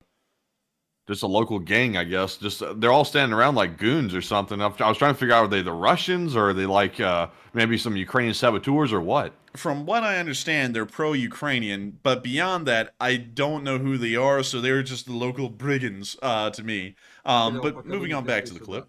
Вы приехали из своих теплых мирных домов, воюете здесь за бабки, потому что нихуя не хотите, не умеете делать у себя дома.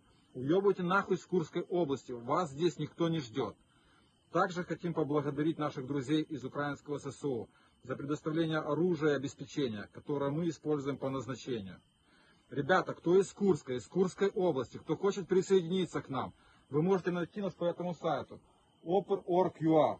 Просто укажите, что вы к нам. You know it's getting serious when they're explaining the graffiti. Man, you know it's serious when the graffiti is a link. Don't type that in, folks. I don't know what that is. But moving on from that and on into our next clip, we did also get to see the Ukrainians confirming clear control of the entirety of Sudza today in front of the Gazprom building, Matthew. That is like an institution of Russia. Man, the Ukrainians want to hurt Gazprom, so it's appropriate to stand in front of it and let them know that who's boss. Man. We have the authority now. I'm the captain. Man, that dude, they're about to be like, listen, we want to put this very clearly. Gazprom is our beach. Like, or something like that. They're going to say that, probably. Бажаю здоров'я з міста Суджа. Новини у нас такі. Місто контролюється Збройними силами України. В місті спокій. Всі будинки, всі міста цілі. Стратегічний об'єкт Газпром в місті Суджа контролюється 99-м механізованим батальйоном 61-ї окремої степової бригади. Всім мирного неба. Слава Україні! Damn, Heroem Slava. And Heroem Slava, and that's the end of that clip, but very nice to see, once again, that the Ukrainian town of Sudza is now under control of the Ukrainian forces. Welcome back to Ukraine. It's been long awaited. Moving on from that, we did get to confirm outside of the Kursk offensive, because that's actually all of the news that we have on the Kursk offensive at this moment, that the Ukrainians were able to obliterate the Russian ammunition depot out at Lipetsk that helped the entire Russian fighter-bomber wing out here to operate. Here's what it looks like today. Here's what it looked like before. So I'm sure many of y'all can tell, it appears that it's been obliterated. Of course, this may be pro-Ukrainian CIA propaganda, because we just love to push that kind of stuff out over here for some reason, somehow, some way. But I think that the footage does not lie. That building and that compound has been completely destroyed. And so with that, we're now going to be moving on from that little bit of news out in the Lipetsk area, and we're now going to be moving on into Ukraine itself and into the location unknowns. We were able to see that some Zala operators within an unknown location were blown up today while they played the nursery music.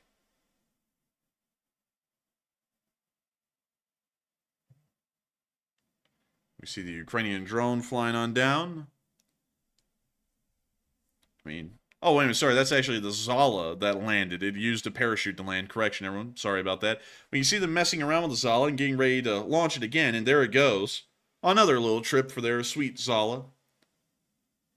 We now see them packing up the launcher and driving away. They've now come back. And we can see the Zala returning. And we see the parachutes deploy.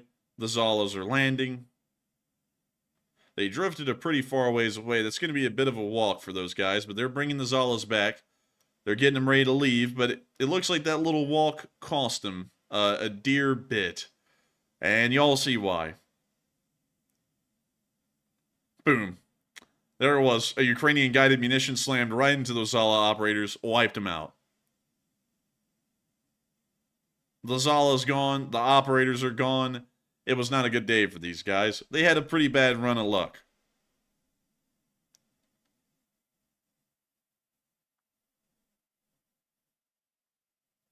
And with that, that's the end of that clip for the most part, but once again, a very successful Ukrainian counter-drone operation.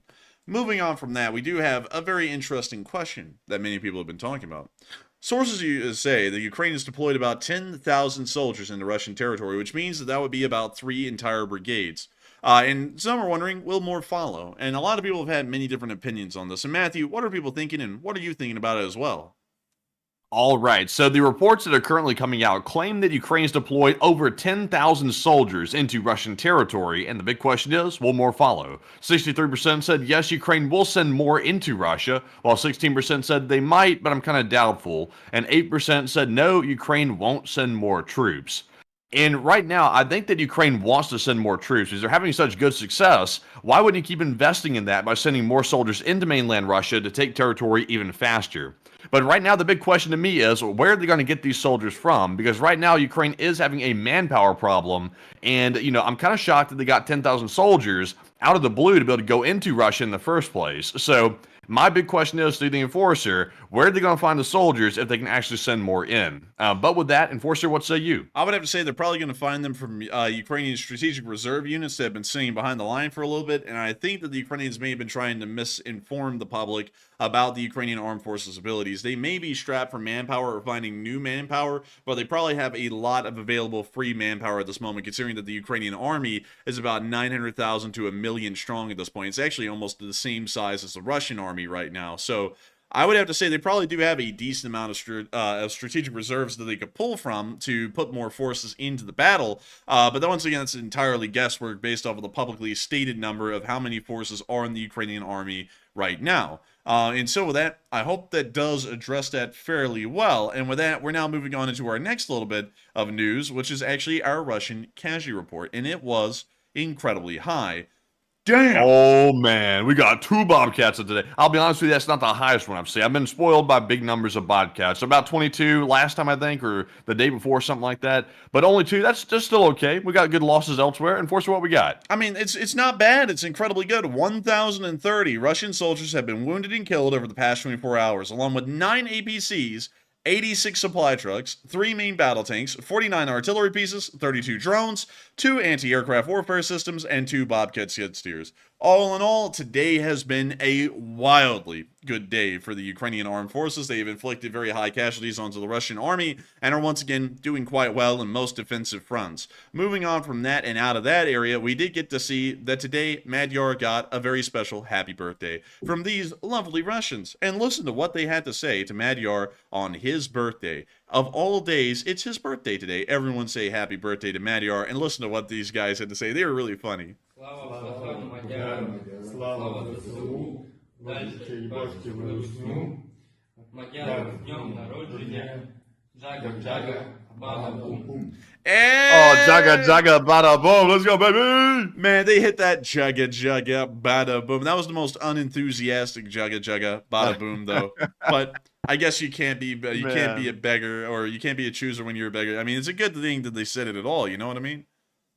How much softening up did they have to get to say that, I wonder? Because that one guy right there, I noticed he has his hat over his face, sort of involuntarily, right there on the second from the right.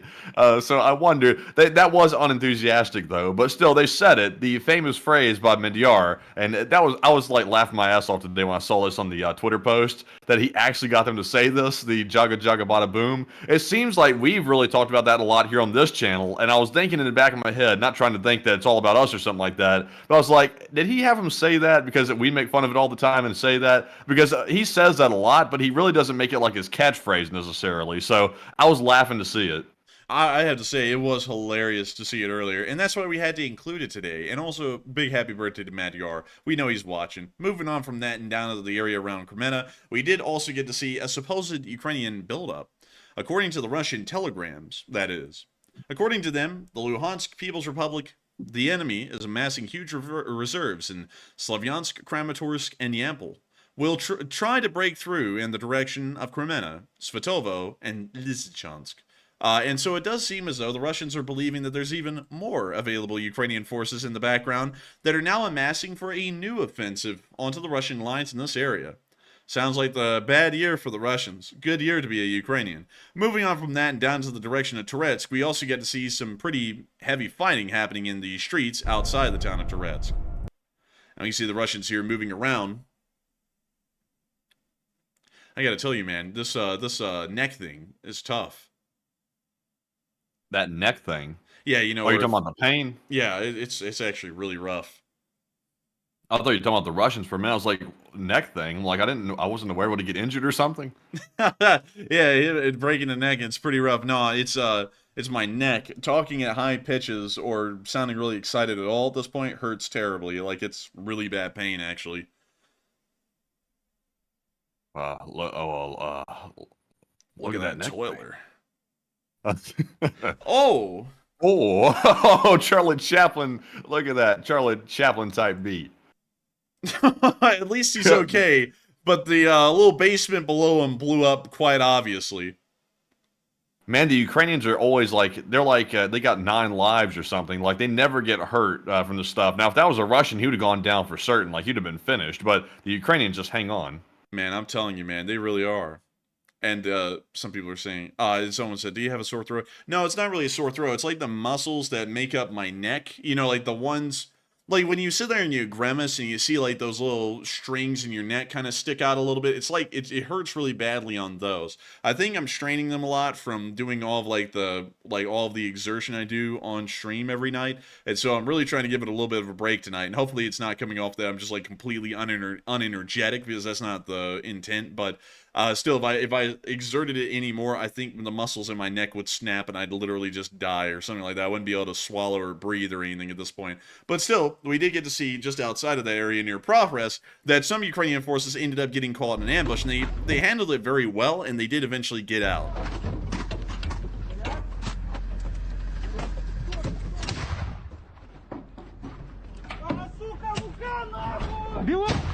When you see the Ukrainians are under fire, they're trying to move into cover.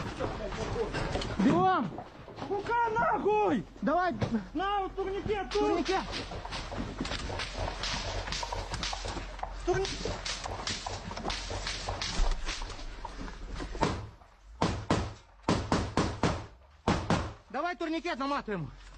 Давай. А что там? Сука, разлетился, блядь. This guy's got a crank. Mad respect. Я все, пизда. Блядь. Давай. Затягивай. Oh, damn. He took that 2x4 with him. Man, they're doing some renovating. Куда огонь был? Кто отстрелял? Контакт. Damn, he came flying in. Where did he come from? Так, давай до вікна. До цієї дирки біжи. До этой. Да ось, по прямой справа дирка. І дивись оттуда. Ти. А? Ти ту дирку крий. Да. Oh, dang. Ти давай. Давай туди. До вікна. Двері. Там контроль. Може 300, блядь. А? Легкий 300. Хто? Контроль двері. Давай. Ти до дверей бігом. Біжай? Да, двері контроль. Бігом. We hear more incoming fire.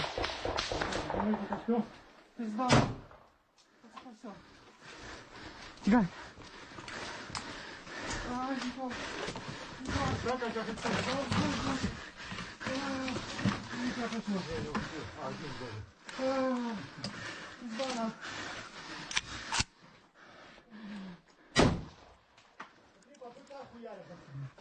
А?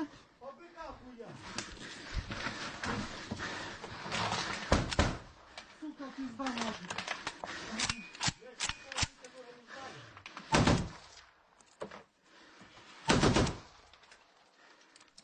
Дивіться, щоб не пробігли сюди.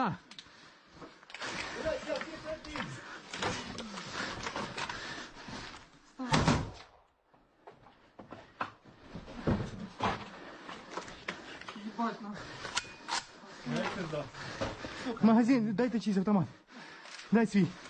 На мій.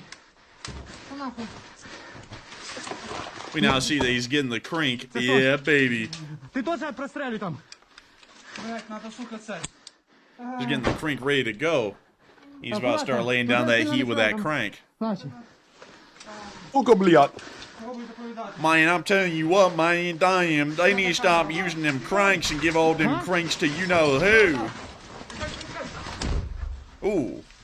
That was an impact on the building. Пацани, проходимо на ту сторону, автомат твій забери. And that poor guy in the corner, he is like, he's apparently in some severe pain. Yeah, he's having it a little rough. Давайте. Now see him firing again, the Russians, and that's the end of the clip, but still showing how the Ukrainians handled a ambush, and it looks like they handled it fairly well given the circumstances. Moving on from that and down into the southern front, now down near Dorozhyanka, we did get to see the Omega unit using their drones to hit Russian forces, and we're going to be muting the Chad music immediately. Music is not allowed on this channel, simply, even if it's not copyrighted anymore, we don't care, but we can see them hitting multiple different Russian vehicles with their drones, even a BMD-2. And a Mas. Not a Kamaz, just a Mas. And a Nona S.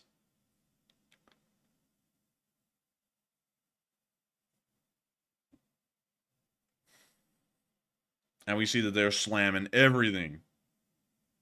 Damn, I thought that was an explosion. That was actually the outro. But with that, that's the end of the clip right there. Very interesting to see. And with that, we're now moving on into our next clip where we also got to see more Russian infantry getting blasted by HIMARS in the Zaporizhia region today.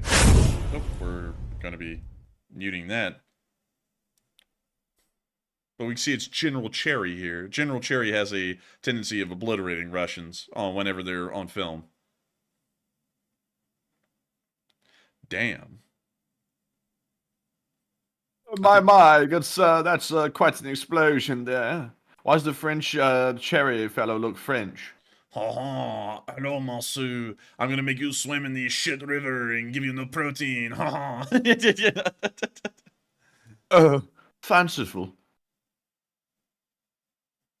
That was an Olympics reference, by the way, if anyone was wondering. It was Olympic quality reference. Ha ha, and I'm also going to give the winners medals that start to deteriorate after about a week. It's like, what the hell? I gotta say this, y'all. Sounds like garbage. It does sound like garbage. I gotta say this, folks, just putting this out there. I would have to say the French, well, actually Paris specifically, not really all of France, but specifically Paris really dropped the ball on this Olympics.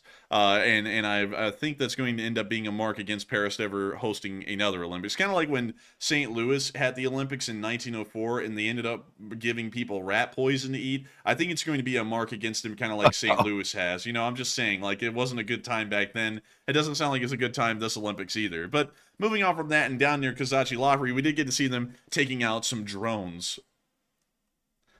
Did you know that story, Matthew? How in like 1904 they actually ended up feeding like runners in a marathon arsenic on accident? No, I've not heard that. And also, how do you feed runners arsenic on accident? I forgot how they did it, but people were like throwing up in the marathon and stuff because they'd eaten like arsenic bread or something like that. I'm gonna have to go pull it up, but like the 1904 Olympics was horrendous. Like, I remember that story. It was a horrendous Olympics.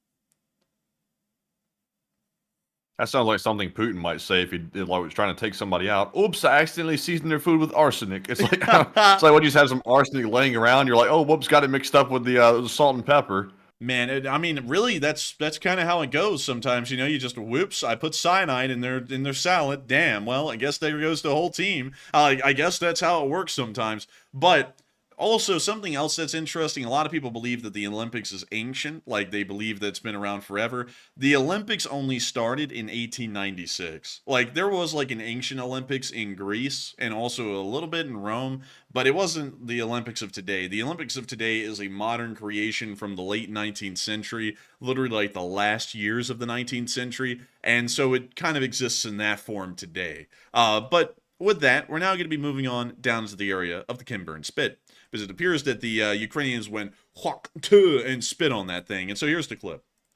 I had to figure out how to include that. I had to figure out how to make that work. There's no joke about the Kinburn Spit I could come up with rather than that one. Yeah, we'll have to live with it. But we can see them here going to the Kinburn Spit.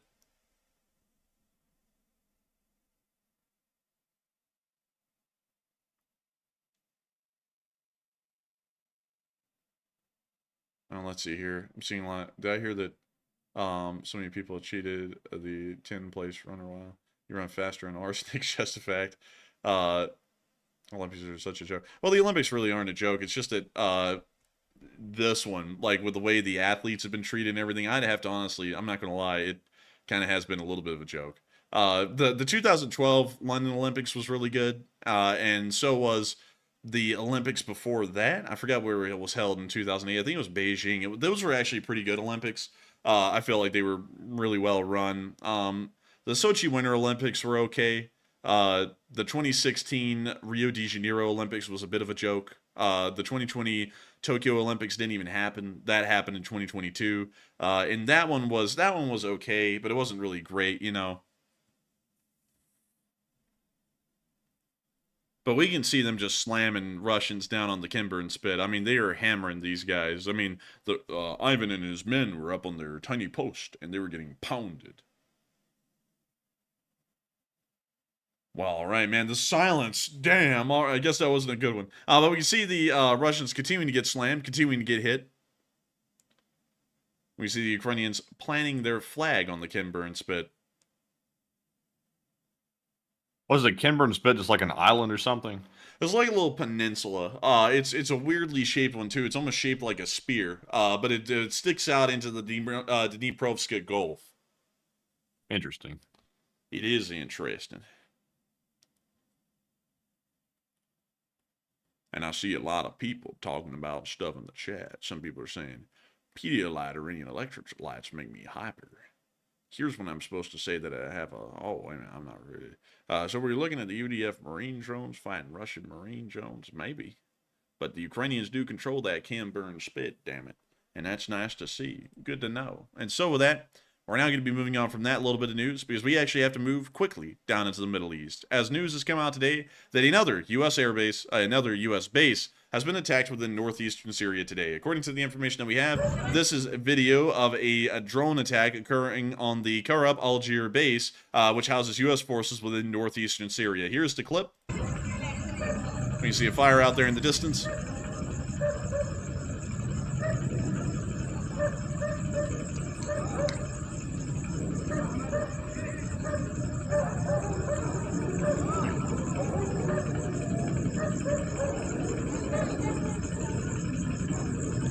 Sounds like there's a timer going off in the background with that clicking sound.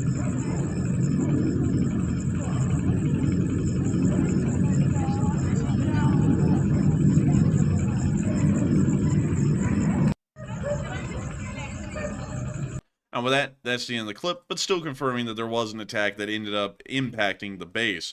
Meanwhile, we did get to hear that apparently there are casualties at the base as suicide drones ended up hitting the compound. We can see pictures of the fire from here.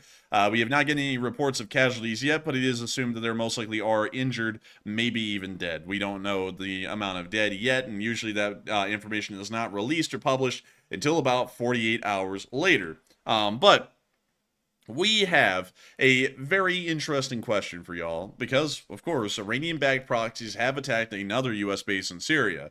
And the question is, should the U.S. counterstrike now? And it seems like a lot of people are behind that idea and do want to conduct a counterstrike. And so, Matthew, what are people thinking? What are you thinking about it as well? All right, so y'all might recall that the last time an attack happened on our Syrian base by these proxy forces of Iran, we said that if this happens again, there's going to be some serious consequences coming out for y'all. And the question is, should the U.S. counterstrike? Because so far, we haven't seen that happen. 77% said yes, they should counterstrike right now, while 10% said no, let's not start another war, and 6% said let's wait and see if it repeats again. And right now, I'm going to say this as non-political as possible. You cannot make statements that you're going to go out and strike people if you're not actually going to back your statements up with reality. And right now, that's what we're seeing. We're seeing people make statements that seem to be baseless, and then we're not carrying it out. In my opinion, I think we should go and counterstrike right this moment. We should not delay or wait to try to talk things out. We should simply go in there and teach them a lesson. And this is the Iranian-backed forces, by the way. We don't have to go into Iranian territory to strike these people that have hit our bases. We simply have to go to Syria to go get them, or Iraq. So we can strike them without starting an all-out war with Iran. And right now, we haven't done that. And it's very disappointing to see. But Enforcer, what say you? I would have to say, in my opinion, the United States should conduct counterstrikes against Iranian-backed proxies and the Islamic Republic of Iran. It is an absolute embarrassment to see that U.S. forces continuously are being attacked, and we're sitting idly by. These are not just U.S. service members. These are, of course, most importantly, United States citizens serving in a official capacity of our armed forces. For that reason, we owe them the exact same kind of protections and guarantees as any other citizen, and for that reason, I believe that a strong and armed response should be made against the Islamic Republic of Iran, and it should be made as an ultimatum. Either they back off and they no longer continue to attack U.S. forces within the region and also work against Western interests, or their leaders will be the next ones to go. That's the kind of ultimatum that I would give them, and I would like to believe that while the Iranian government is very adamant on becoming a martyr, I'm very sure that the leaders of Iran don't want to become the martyrs themselves. They just want to see other poor suckers become the martyrs that they can then act like we're heroes. So with that, I hope that does address that well, at least in my opinion, because, of course, we are pro-American and pro-Western interest, and the fact that a country that is an enemy of the United States is using proxies, which are also enemies of the United States, to conduct attacks against U.S. forces within the area and to try and attack and destroy Western interests within the region at large, I consider that to be an absolute affront to the Republic, and action should be taken against that in the strongest form. But with that, we are now moving on from the Middle East and up to Kyiv, because it is now time for us to cover the speech from President Volodymyr Zelensky. And so, hopefully we have it, and we do. Without further ado, here is the speech. Speech! Give me a speech. Please give me a speech. Long-lasting speech. And let me switch it to Ukrainian. And here we go. Дорогі українці, українки, триває рятувальна операція в Костянтинівці на Донеччині після російського удару просто по супермаркету. Також пошкоджені ще десятки будівель, пошта, магазини, будинки. Станом на цей час відомо про більш ніж 40 постраждалих. Усім надається необхідна допомога. 14 людей, на жаль, загинули. Мої співчуття рідним і близьким. Росія завжди знає, куди б'є своїми ракетами. І це свідомий та цілеспрямований російський терор.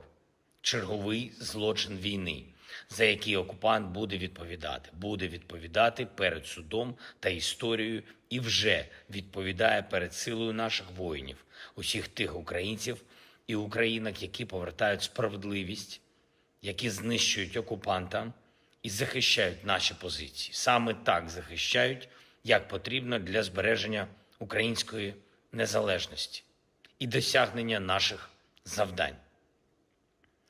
І головного з них – якнайшвидше справедливого миру для всіх наших людей, реальної безпеки для всіх наших областей та громад. І це можливо лише за умов, що ініціатива у війні за Україною. Єдність наша зі світом зберігається, і ми всі тут, в Україні, ми всі працюємо на нашу державу, на наші спільні інтереси, на нашу безпеку.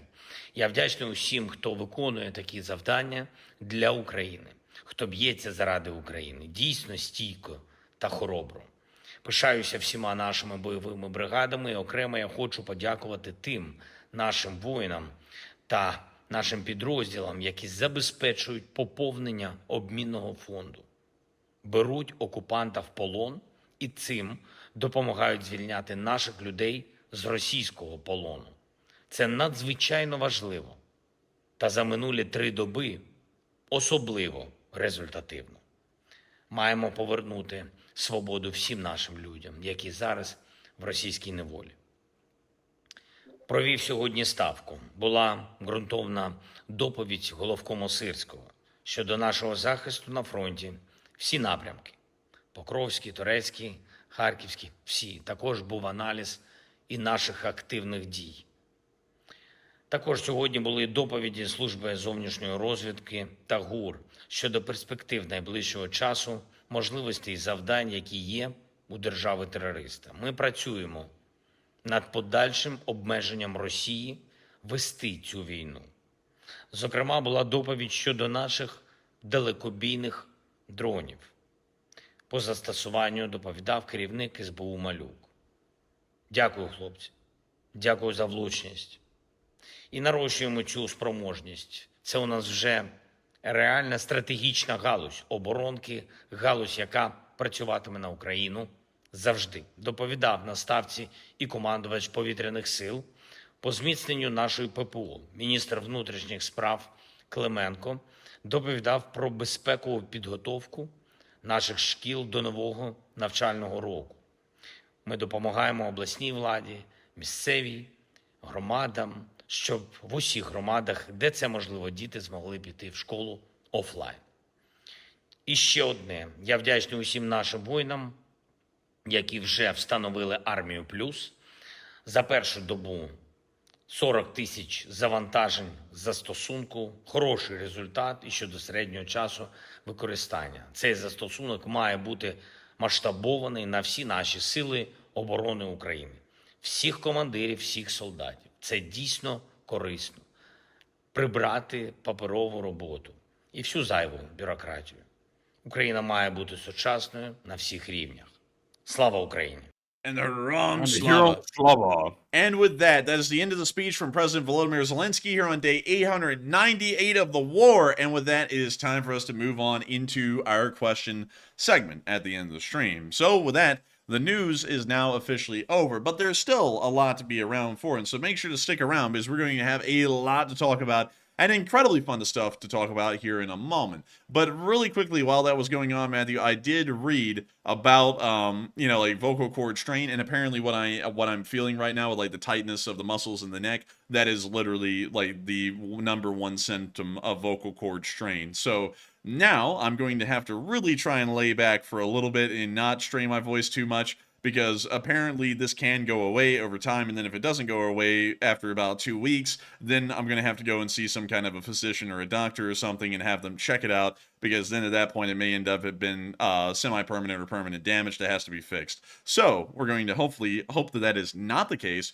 but look at the efforts we will go through for y'all. I will literally rip my vocal cords apart to keep the stream running 6 days a week. But with that, we are going to be moving on into the question segment. So we're going to get to talk to all of y'all for the remainder of the stream. It is an incredibly fun segment. We get to talk about anything and everything y'all want to talk about. And of course, it'll be incredibly fun all the way through. And so with that, I hope that does address that incredibly well. And with that, Matthew, take it away.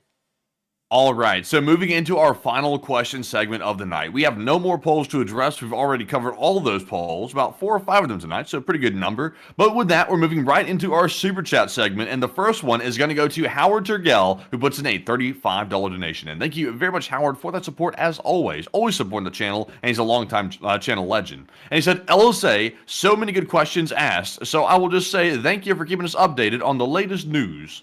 And I gotta say, thank you so much for the support and helping this channel to keep on running. It is folks like you, Howard Turgell, that have helped to make this channel possible and help us to keep this thing rolling. I gotta say, thank you so much for saying that there were a lot of good questions asked. There are a lot of people here who ask a load of very good questions. And so thank you so much for enjoying the channel. Thank you for enjoying all the interesting questions and all of the interesting answers that we have. And thank you for enjoying the work that goes into running this channel and keeping everyone updated. Apparently, I'm doing a little bit too much with the vocal cords. And so that is something that's a little... Also, Michael McMahon said, speaking about the vocal cord thing, do not do double time questions. That's probably what messed you up. Actually, Matthew can tell y'all, I was complaining about this the day before yesterday, too. And so I think at this point, I've exerted the vocal cords so much that it was almost fixed yesterday. Then I went and did double time, and now I think it's gotten to regressing. So going to have to try and fix this, that's for sure, just by trying to take it a little bit easier with the talking side of things. So I might end up sounding a little bit like Hot Dog Man maybe for a couple of days, and then hopefully it'll go away and we can get back to normal.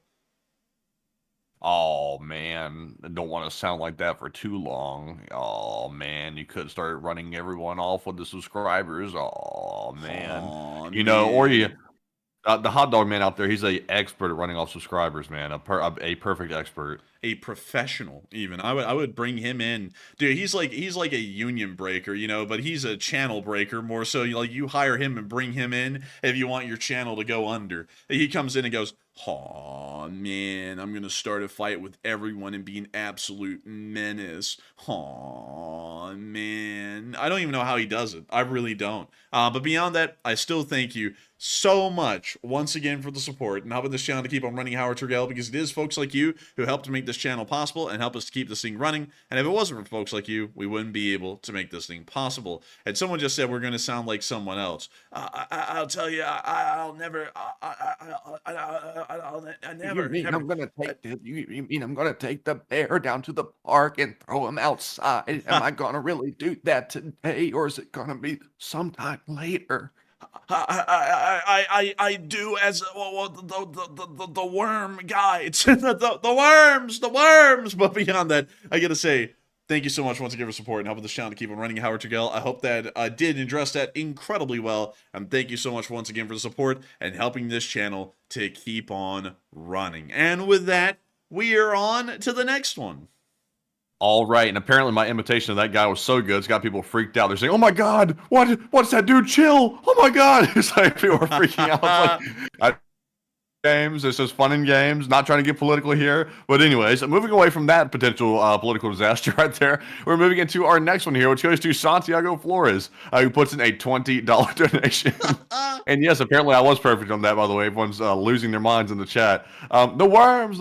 But anyways, Santiago Flores put in that 20 and said, "Good evening, and what is Ukraine in game? Occupation will wreak havoc and retreat back to Ukraine after damaging Russian morale and coffee fund, guys." And thank you so much for the support to the coffee fund. We always need a little top off on coffee. And to answer your question, occupation, I would have to say it most likely is occupation, because with the amount of ground that they're trying to capture and hold at the moment, it's very clear they're not going to be giving this up really quickly and retreating out. They're most likely planning on holding this and occupying this for quite some time. And so that's largely my assumption at the moment. I don't really have a lot more to go off of rather than just intuition at this point. Maybe it is supposed to be just a rapid major incursion and then they leave, but still, I would have to say most likely not. They're most likely going to be occupying and holding the area for an incredibly long time. And so with that, I hope that does address that fairly well, Santiago Flores, and thank you so much once again for support and helping this channel to keep on running. And before we move on to the next one,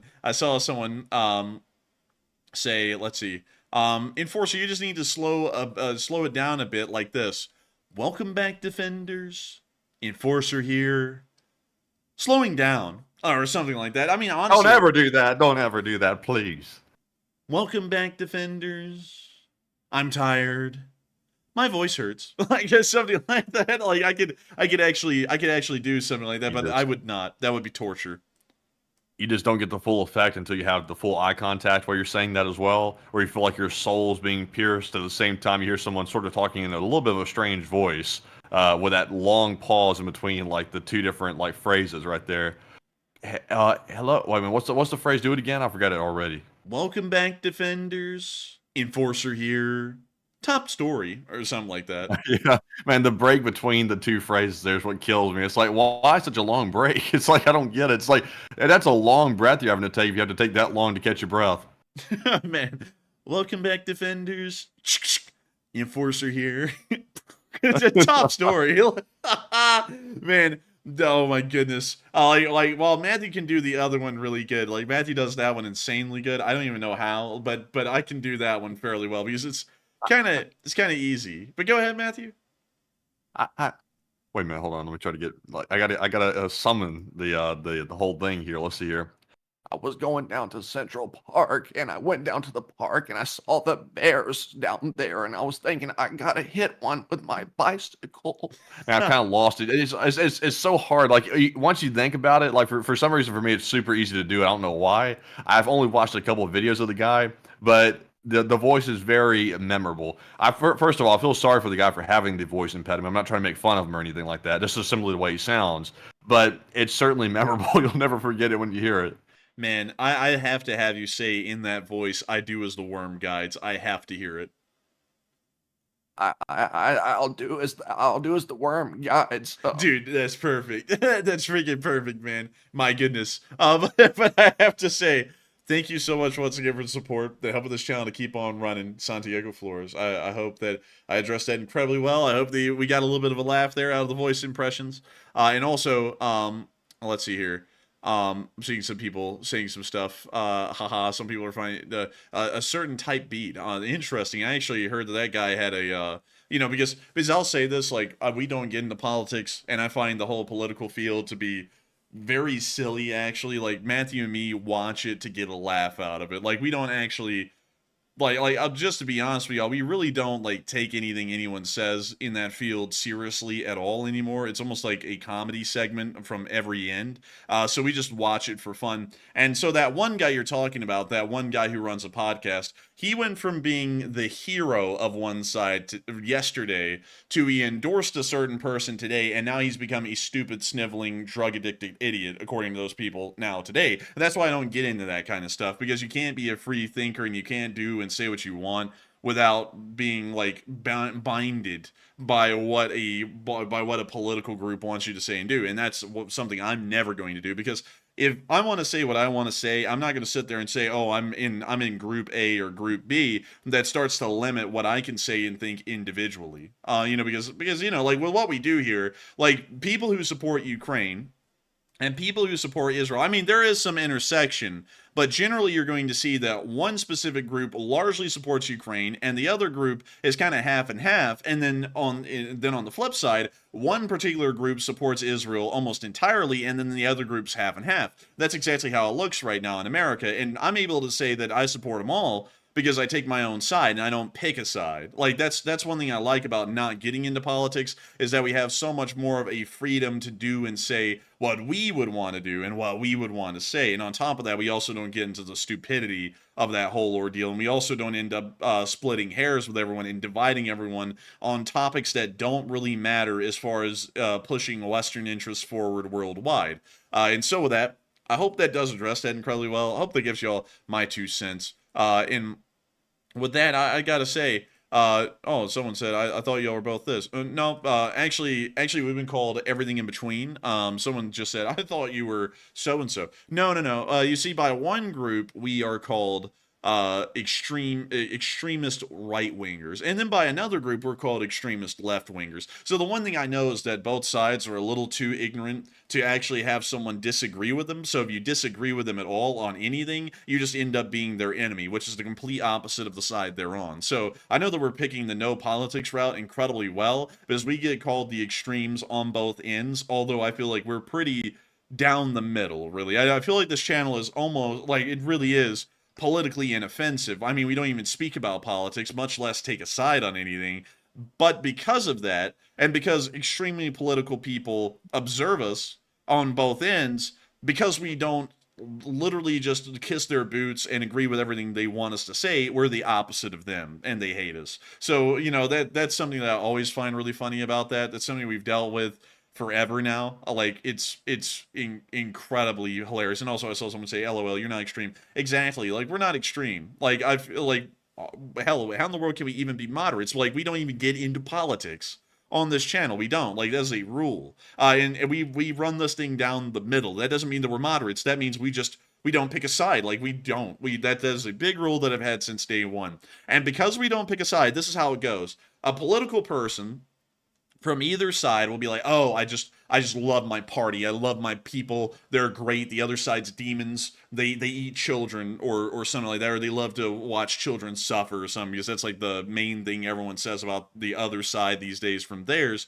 And so then they come and watch our channel and they're like, oh, I must listen to echo chambers where everyone agrees with what I want to hear. And then they come on here and then I'll say something like, I support Ukraine, which for one group, it may be a big no-no. Or I support Israel, which for the other group is a big no-no. And then they hear me do both of those things, and they're like, oh my god, they must be the complete opposite side of what I am, and I hate them. And that's how, like, extremely political or politicized people work on every end. We've dealt with it from every walk of life at this point. And so I know for certain we are walking that middle road of doing absolutely no politics at all incredibly well, because we've been targeted by both sides, and they have said that we are the extremes of the other side they don't like. And to me, I find that to be great. Like, keep it up, because it brings people here. They hear us talk. We sound incredibly reasonable, and we're not political at all. And then people really enjoy that, and then they subscribe to the channel. So if people want to say that about us on either end, I'm more than happy, because it only takes about 5 minutes of listening to us on a show for people to realize that that's not the case, and we're a lot more reasonable than the person who was bashing us just a minute ago that they came from.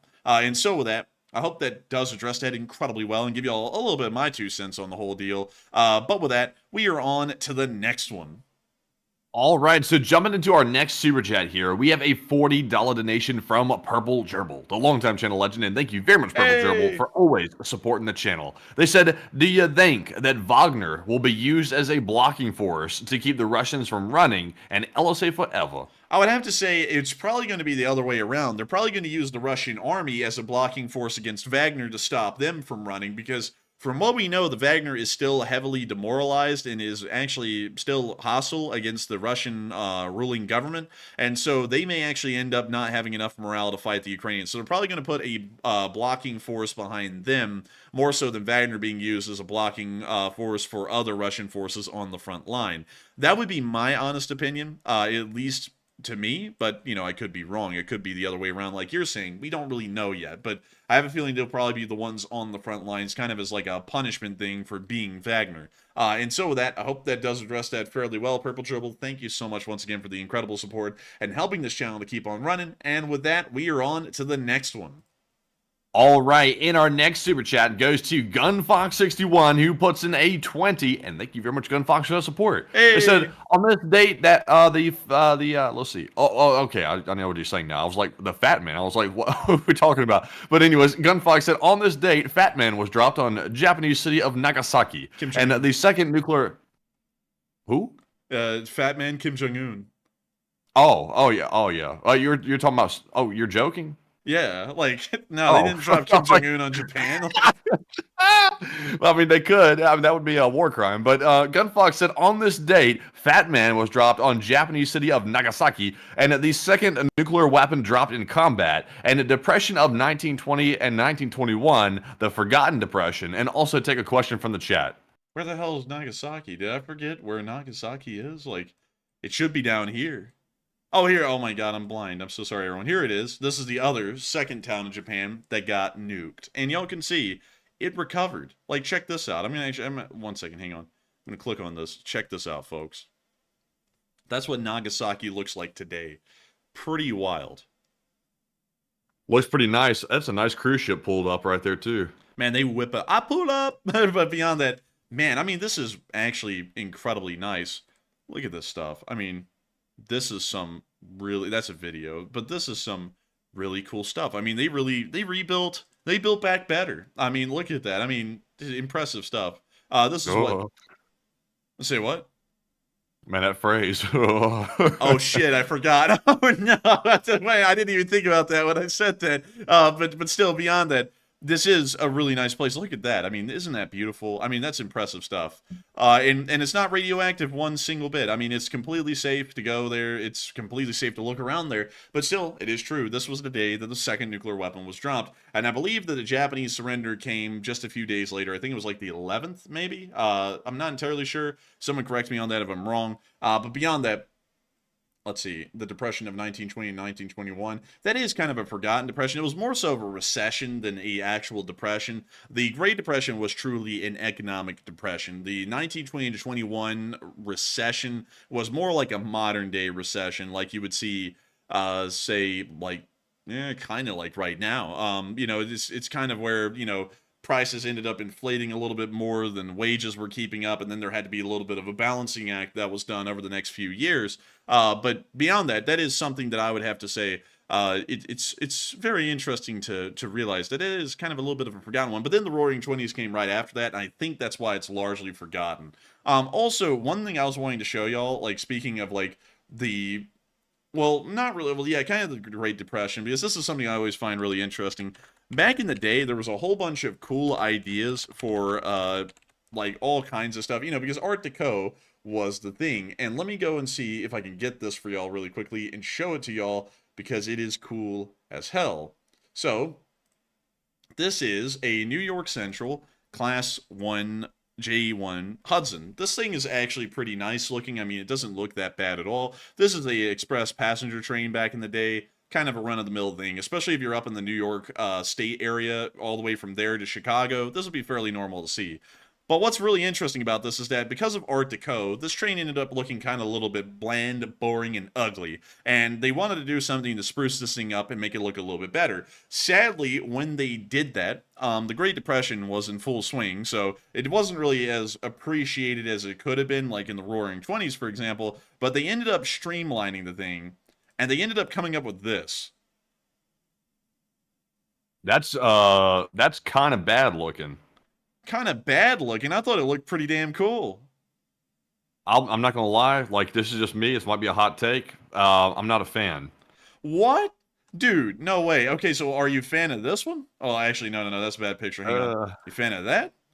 Huh? No, I'm afraid not. I'm not a fan of that. That looks like a boiler on wheels. Whoa, look at that boiler. It's a boiler, man. It's boiler. A giant boiler. Like, what do you want? What do you want? Listen, man, I don't know how to say it, but for some reason I like this one better than the other one. Okay, hang on. Let me go get another one. Maybe this one would be cool enough for you. Maybe. A Pennsylvania Railroad T1. No, that's not doing it either. That's jank. No way. Are you kidding me? No, I like the normal looking ones. Like the other ones. You know what I'm talking about, the traditional looking ones.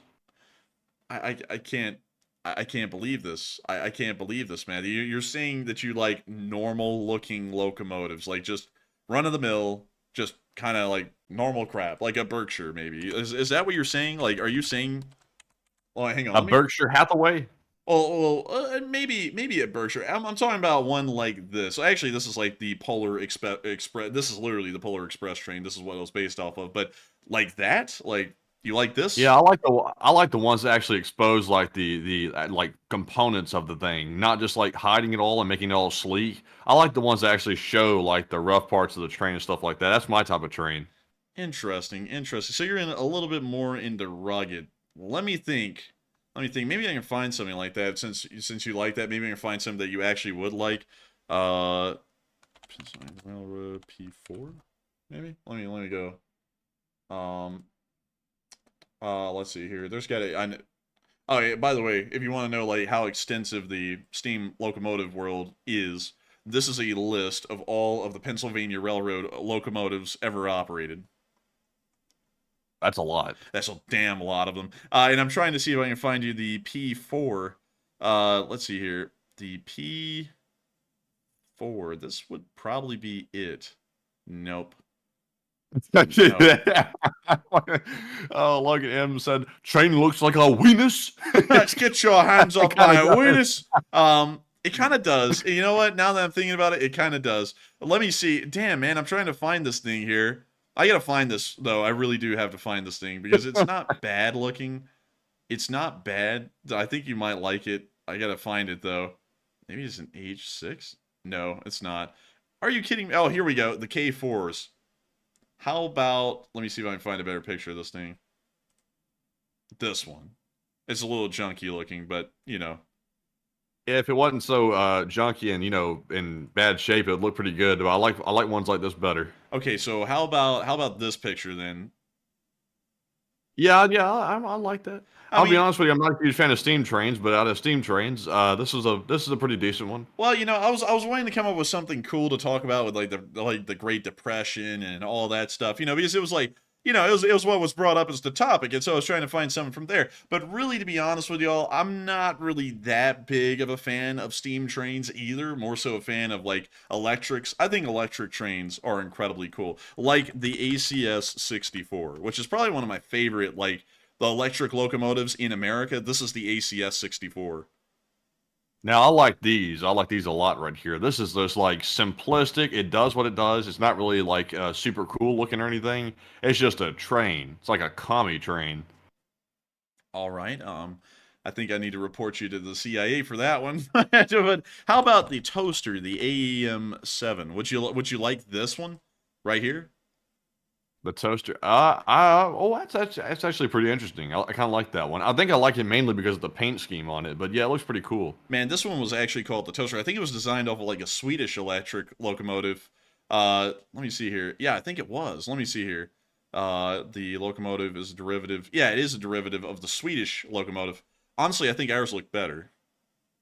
Yeah, I think so. I don't like that thing one bit. It looks like a shunting car or something. Yeah, dude, this thing is rough. But this thing was not that bad. The ACS-64 isn't bad either. And then we also have, here in America, at least in the modern day, which is supposed to be rolled out into service, I think, really soon, the Avelia Liberty right here. Yeah, I like that one. Like that's actually something I like. I see people are really not happy about those. Really? Good, Jack. Yeah, This just said this is the boring train. Ugly. I've seen better stuff on the side of the road. Let's see. Damn, people are really like trashing these trains right here. I actually kind of like these though. Like someone said, ugly to the core. Someone said that their mother wouldn't even like this one. Damn. Like, jeez, man, these trains are getting hate. Dang. All right. Wait a minute. Well, let me pull out a crowd pleaser. Let me pull out the GE Genesis, the P42. This thing. I mean, this is a crowd pleaser. Everyone loves these. I don't know. I don't really know why, but they do look pretty cool. I mean, these are like the standard passenger locomotive of America. Someone said it looks like a dumb animal. Dang. Okay. All right. Everyone, calm down. Calm down. All right. Dude, I've never seen people get this violent before. We brought out trains. Okay, wait a minute. Hang on. How about the F7? The F7 locomotive. Hang on. Let me go find it. Let me find it. Hang on, y'all. Oh my goodness, are you kidding me? They don't, wait, is it a EMD? F7? Oh yeah, here we go. This one, people gotta like this one. I mean, like, this is a classic. Oh yeah. Yeah, you gotta love this one. I actually have the whole modeled train set of this one in Lionel from like 10 or 12 years ago. Yeah, I like that Santa Fe. I mean, like, people gotta like this. I mean, like, you know, like, people are getting violent. I gotta like tone down the crowd a little bit. I'm like, people like this, right? Like, people like F7s. I mean, like, there's nothing wrong with an F7. I mean, these were used like everywhere, and people loved them, and they were truly like incredible. Look at this. This is a Boston and Maine F7. I mean, they were like in every single livery. Look at this. I mean, it's incredible. A Western. This is actually ugly, but like, you know, still. I mean, like, come on, y'all, don't hurt me, don't kill me. Like, they're pretty cool looking, right? I mean, like, y'all like these, right? Like, y'all have to like them, or better yet, maybe if y'all want a cool looking electric locomotive, we can pull up the Pennsylvania Railroad. Let's see. Yeah, here we go. Yeah, okay. Y'all ought to not beat me to death over this one. Hang on, y'all. Hang on. I gotta go find it. Hang on, y'all. Don't hurt me. Don't kill me. I'm gonna get y'all a cool one, I swear. Like, just don't hurt me. How about this one? The GG1. It looks okay. Well, what's wrong with it? Like, what's wrong with this thing? It's like one of those things you look at and you're like, oh man, it looks cool, but what's wrong with that poor fella? I don't know what's going on with this one, but also I was distracted a little bit here as I saw Monster Lab say I had the Ho version of a Santa Fe, and I was thinking, are you talking about Chris's mom? Until I realized they're talking about the model train on the model train tracks. Dude, you said Ho. I knew it was HO scale immediately. I was like, why are you saying this? I was like, come on, man. Oh man, but let's see. So I said, LSA plus trains all over. Hey, man, like, train transport built this country, man. Like, if any country was built off of the trains, it was America. And we got to bring back the old ways. We got to bring back the railroads, really. But let's see here. I like them all. I'm going to grab another coffee. GG is a classic. Thank you, Michael McMahon. Someone who actually appreciates the classics. I mean, this is a classic. I mean, everyone knows the GG1. Everyone knows the EMD F7, the GG1, the P42, the F40, the SD40, the AC 4400Ws, and let's see. Let me think of some others. Everyone knows the Union Pacific Big Boy. I mean, like, oh, but that's got to be a crowd pleaser, right? Let me go pull that thing up. Let me go. Damn, there's a lot of things called Big Boy. Jeez. Aw, man, I know a Big Boy. Shut up. But we can see the Big Boy. Everyone's got to love this thing, right? Yeah. Yeah, I like that one. Yeah, I mean, it's pretty cool, right? Like, like, it's not that bad. But anyways, we're going to move on from this because I see that this is a very violent topic. Interestingly enough, people find trains either very pleasing or very ugly. Like, and it's like it like brings out the worst in people. I mean, I'm seeing some very mad people. Like, I don't even like.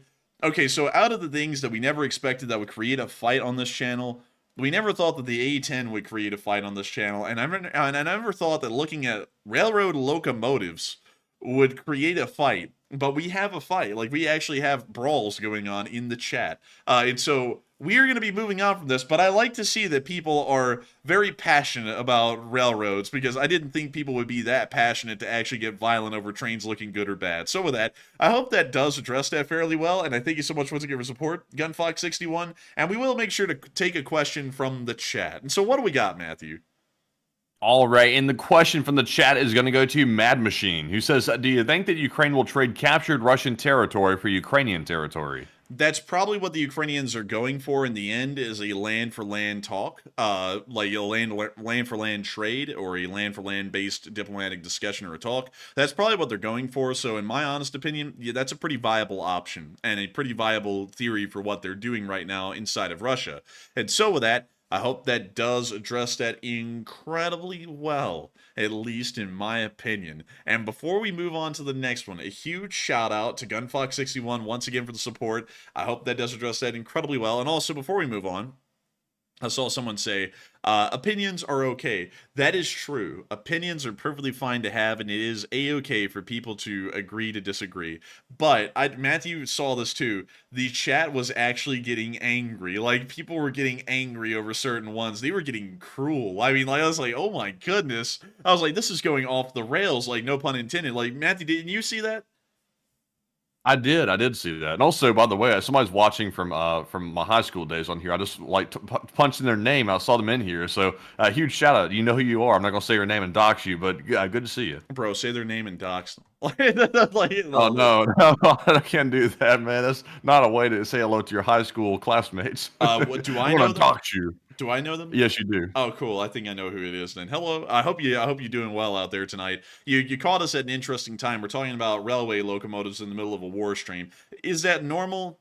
Really, honestly, yeah. But welcome on. I hope you're enjoying it. But still, with that, I hope that does address that fairly well. And with that, we are on to the next one. All right, and also someone unsubbed about the train talk. I'm sorry to see you go, but I'm sorry, but you have to go. Anyways, moving on to our next one here. We have a $30 donation from Chase Maddie, and thank you very much, Chase, for that support as well. Hey. He said, my grandpa was a Marine Corps mechanic on an aircraft carrier in the Korean War, servicing the F-86 Sabre. And what do you guys think about the aircraft and the polished aluminum can look that was so common back then? Me personally, I love it. I think that aluminum can look, they should go back to that. I think it was actually pretty sick. I hate they got away from it, because I actually really like it. But Enforcer, what say you? It was sleek as hell. I think an F-16 in, like, polished aluminum would look sick as hell. Or if you chrome that thing up. Like, look at that. That is just so cool looking. I love that. I think it looks sick. Let me see if I can find an F-16 polished. Let me just type that in. Let's see here. So when I type in polished, it pulls up Polish F-16s. So that's interesting. Let's see if we can find. Let's see, F-16. Let me go put this in. Maybe this no livery, no paint. That plane says FU on the back of it. FU-834. Man, dude, they were really giving it to him back then, man. Like a MiG would see them fly by and it'd be like FU, and it'd just say that immediately. Also, check this out. This F-16's painted up like one of the early like US training planes, like a PT-17. Goodness, is that rough. That is actually rough. Yeah, that's bad. We also got this one, the Golden Boy. Damn, man, don't paint them like this. Like, that's really bad. Let's like do the normal version. These are terrible. And then we have an F-16 painted in tricolor. That actually doesn't look not too bad. Yeah, that's not too bad. And then we have an F-16 that's also painted in a different version of tricolor, which that's actually pretty rough looking. And then we have this one, which is painted up to look like a World War II aircraft. Keep the eras separated. Like, World War II era paint jobs never look right on a modern aircraft. Like, just don't do that. Like, I don't know why they love to do that. I think it looks terrible. But let's see here. What else do we have? We do have an unpainted F-16 up here. This is from the factory, so that's what they actually look like. A little rough, actually. Like, it looks like a hodgepodge of pieces put together, which is what they are, but, you know, still, it looks a little too much to me. Oh, also real quick, I see Gunfox61 said, look up the F-16 tail art is the best way to look. And also, I think we did kind of get there, I think, somewhat. But also, one other thing as well. Christian Cruz said there's an F-22 in mirror finish. I got to see that next, too. Wait, an F-16 in mirror finish? I know, an F-22 in mirror finish. Hold up, let me go get that F-22. F-22 mirror finish. Because we got the tail art thing. Now I gotta... Oh, that is cool. That is freaking cool. Look at that. Oh, wow. No, that's actually really sick. That's actually the coolest one. I think that is the coolest one, actually, that I've ever seen, the F-22. Like, that is the coolest looking livery or paint job, whatever you want to call it, ever. Let's see. We got another picture. Oh, that's actually not really that. This is really cool looking. Oh, that's like, you know those little metal, like, little model kits? You can, like, fold the metal or whatever and create the little model out of it? Uh-huh. It's basically that on the real version. Man, look at that thing, though. That is incredibly cool. An F-22 with mirror finish. I think that's incredibly neat. I think that the entire military should have all of the... Well, the Air Force should have all of the F-22s put in a mirror finish, because that is cool as hell. I mean, that is incredibly cool looking. That would boost recruitment figures by tenfold if you had F-22s flying around that looked like this. People are like, damn, I just want to get near one of those things. Also, by the way, we did find the F-16 tail art, so let's take a look at the tail arts. So, first off, we have the tattoo artist shop near Fort Benning. Second off, we have this lady here in the Netherlands Air Force, interesting enough. I'm guessing the red dress signifies, I have no clue. I don't even know what the hell I'm talking about. But then we have this... Sexy. What? I said, sexy. Whoa, big lady. Or something like that. Wait a minute, you got the hot dog man up there right now. Oh, man. Oh, I would like to get some of that. Wait, oh, no. Man. No, I know what he would say. Oh, look how poorly they're treating you, my queen, or some cringe shit yeah, like some that. Cringy stuff like that. Oh my god. Oh my lord. But then we also have this dog on the tail, and then we also have this one. I don't know if that's not Air National Guard for Alabama. That's for sure. And then we have this F-16 painted onto the tail section of an F-16. We then also have this Ulan, I believe? Not an Ulan, it's a Mamluk or something like that on a Turkish F-16. Oh, that's actually pretty clever. You saw they did that with like the little little sensors or whatever. It made it look like the thing was poking out from the art. That is pretty cool. Great either. And then we also have this one. If it loads. This one does look pretty cool, though. Actually, no, it doesn't look that cool. That's kind of rough. But let's see, what else do we have? We have... What the hell is this supposed to be? That looks like some of that evil stuff or something. Man, that looks like that. Man, look at that toiler kind of thing. Like bro, I don't know about that. Oh, that one's cool. Like with the falcon on the tail section, like a real falcon bird. That one's actually pretty cool. I like that. I'll be honest though. I think with the F-16, it might be better just to keep it in like the standard gray livery or something, because I'm really not caring for any of these paint jobs. Bro, what the hell is this one doing, man? This thing doesn't even look like a gun. It's coming from like its crotch. Oh man! Well, I will make that joke. I'll pass on it. Man, this was about to be catching some of them Dr. Disrespect kind of allegations. You know, like, it touched me or something like that. But anyways, we can also see the gamblers. Oh, gee, we got that damn lag coming back again. No way. Right at this point? No way. You went out for like 5 or 6 seconds. Dang. We got the gamblers out here, though. We got a Air Force squadron promoting gambling. Someone go call up the Air Force general and tell him that they're promoting what the hell? We can't go further down than that. But still, interesting tail art to see. And thank you so much for sharing this with us. But I would have to say that the mirror polish finish is not that bad, at least in my opinion. I would have to say that. And so with that, thank you so much once again for the support. I hope that does address that fairly well. And with that, we're on to the next one. But thank you so much once again for the support, Chase Manny, and helping this channel to keep on running. Yes, indeed. And up next, we have a super chat from the Butcher, who puts in a 20-pound donation. And thank you very much, Butcher, for that support. And they said that is their first super chat ever, but YouTube's not saying that for some reason. We must be having a glitch once again. But thank you very much, Butcher. They said LSA, LSA, LSA. They said, do you think the F-16 will give close air support to the Kursk offensive? And have I missed Alan? And I thank you so much for the support, Butcher. You have not missed Alan. Alan has not been pulled out tonight, but also I think tonight I'm going to have to skip on doing Alan the Marmot because that hurts my voice a lot. Like, it hurts my voice normally when I do it because I have to put so much effort into going OLO there.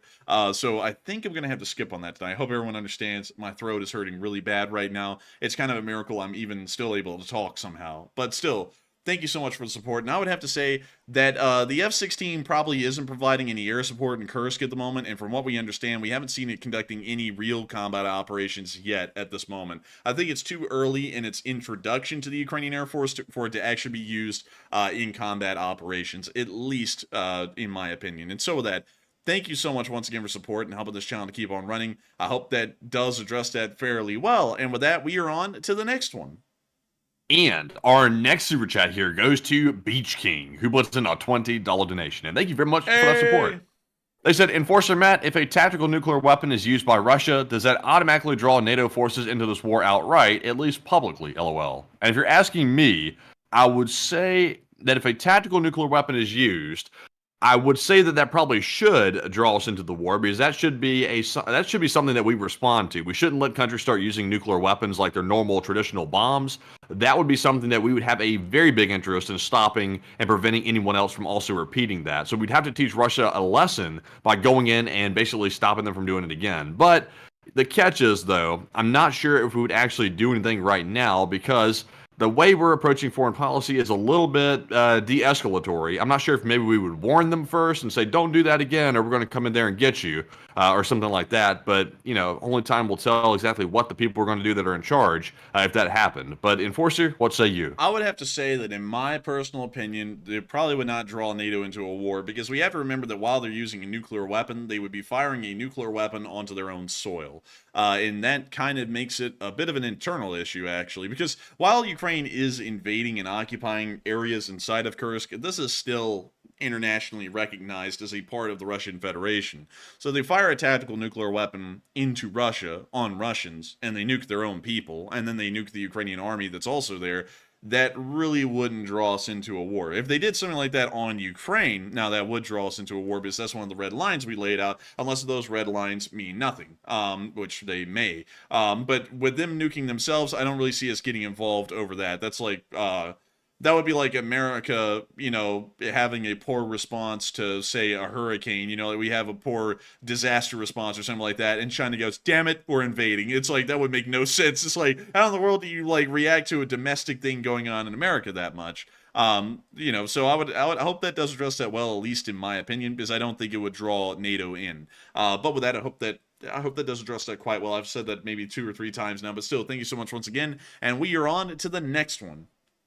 And up next, we have a $20 super chat from Paul Yem, as well as a $20 super chat from Andy L, along with Zach G, who also put in a 20 as well. They said LSA, and thank you very much, Paul, Andy, and Zach, for always supporting the channel, and we appreciate it very much. And of course, you're helping to keep the lights on, and also you're helping to keep us talking, and also you might be donating toward the Enforcer Throat Hurt Fund. But thank you very much for that support. And Enforcer, what say you? And I gotta say thank you to all 3 of y'all for the support, Zach, Andy, and also Paul for the support and helping this channel to keep on running. All 3 of y'all support this channel and help to make this thing possible day in and day out. If it wasn't for folks like y'all who were supporting this channel and enjoyed it enough to support it, we wouldn't have been able to make this stream possible tonight for about 15.5 thousand people at the peak and about 120,000 people so far who have watched this stream. We are entirely grateful and honored to know that people do find this channel worthwhile to support and help us to be able to do this as our full-time job. And so with that, thank you so much once again. I hope that does address that incredibly well. And thank you once again for the support to the 3 of y'all and helping this channel to keep on running. And with that, we are on into the next one. And also, I see here that Joe Blow said in the live chat, they said NATO said that Russian tactical nukes would draw a conventional response. And that vaguely rings a bell. I thought they had said that in the past. I'm not sure if that is for a fact or not, but I thought I had heard that. And in my opinion, I think regardless of where the nuke was dropped, if it's dropped on an enemy force inside of Russia or even in Ukraine, that we should do everything in our power to teach Russia a lesson not to repeat that, because if that becomes a normal occurrence and Russia keeps doing that, then other countries like Iran and other ones are going to feel emboldened to also start using tactical nukes as normal traditional munitions, which cannot be allowed under any circumstance. If that becomes the norm, then we're in trouble, because that is going to lead to even more nuclear escalation. Larger bombs will be used, larger nukes, and that'll go really rapidly out of control. So Enforcer, were you saying you would approve a response to a nuke being used, or were you saying that you would probably not do a response? I was saying America probably wouldn't respond to it, but in my personal opinion, I personally would. But, you know, the question was not about what I would do, it was about what America would do right now. And so I said we probably wouldn't respond. Because generally, the United States right now is big into de-escalation. I would honestly say appeasement wherever they can get away with it. And at that point, they would probably go, whoa, everyone, let's just back off and do nothing. How about that, everyone? Let's just do nothing. And that's probably what would happen. But I personally wouldn't let that slide. But that might not be what the modern United States does. And so with that, I hope that does address that fairly well. And with that, we are on to the next one. All right. And our next super chat here is going to go to, let's see how. It's going to go to DJ Waffle, who put in a $20 donation. And thank you very much, DJ Waffle, for that support. He said, can you give a short recap of today's action? Yes, I can. Ukrainian forces continue to advance in Kursk. Russian forces are taking decent losses anywhere that they are. The Ukrainians have taken minor losses in the offensive so far. We see that the Russians are rushing in brigades. They've declared a federal state of emergency. The Ukrainians hit an airfield, damaging and destroying an ammunition dump. Ukrainian forces continued on combat within the Donbass and the southern regions as normal. And we did see that the Russians took pretty decent high casualties today. And some U.S. forces were attacked in northeastern Syria, and there may be wounded. And with that, I thank you so much for your support, DJ Waffle, and helping this channel to keep on running. And I hope I was able to answer that question incredibly well and give an amazing recap. And so with that, thank you so much once again. And with that, we are on to the next one. All right. And our next one here is going to go to Margaret Hemsley, who puts in a $15 donation. And thank you very much, Margaret. And she said, this is to prove that I still support you. And going into the hospital on fundraiser night to have kidney stones removed. Oh, goodness. I hope that goes okay. And the question is here, you may have already given your opinions, but what reason for the incursion? And heart you.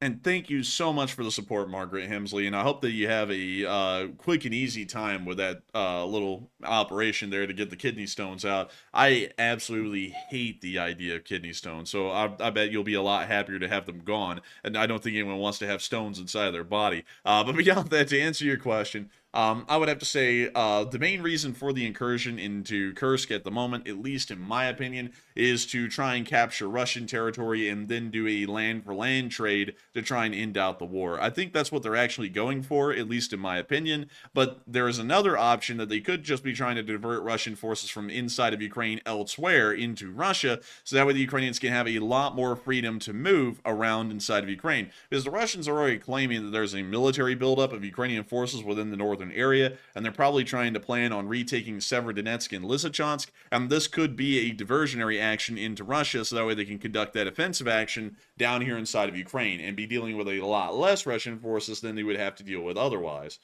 So with that, I hope that does address that fairly well, and I thank you so much once again for support, Margaret Hemsley. Once again, I wish you the best of luck on that upcoming little surgical operation there. And with that, we are on to the next one, and thank you so much once again. And the next one goes to Impossible, who puts in 2 super chats, 2 $10 donations, and also, let's see here, they had a 2-part question, they said. The first part here says, following the precedent of the Wagner coup, could Ukraine's invasion be the Hello? point? Can you still hear me? You cut out like about a good 10 seconds ago. Everything just went dark.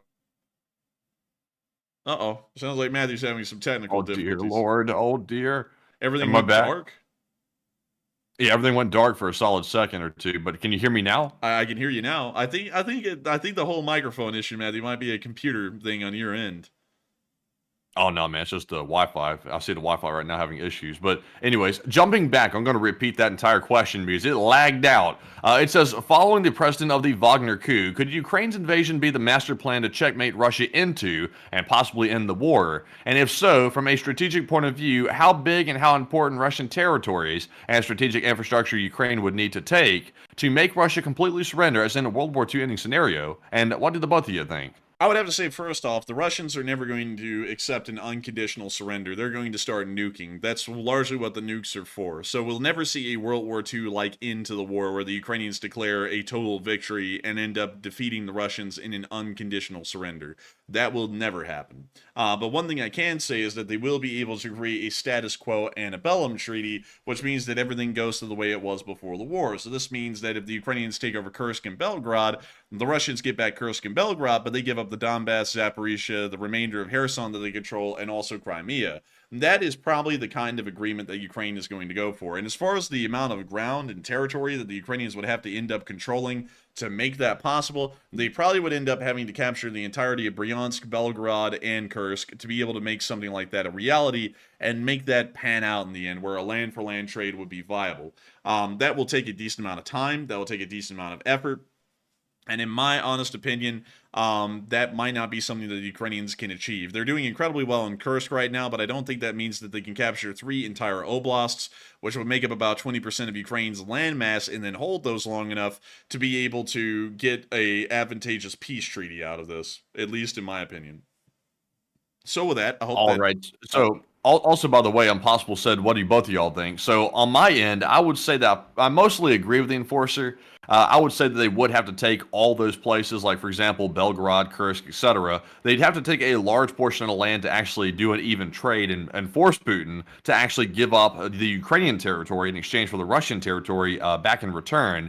And honestly, like taking things like the gas control facility, which is in the town of Sudza, taking that and also taking the Kursk nuclear power plant, while those are good leverage, they're not enough on their own to actually end the war. So it is going to give the Ukrainians a negotiations advantage, but it's not going to be an end all. So they will need to take ultimately a lot of land to make that actually happen in negotiation.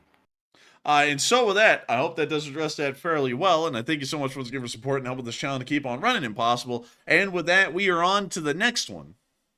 In our next super chat here is going to go to S.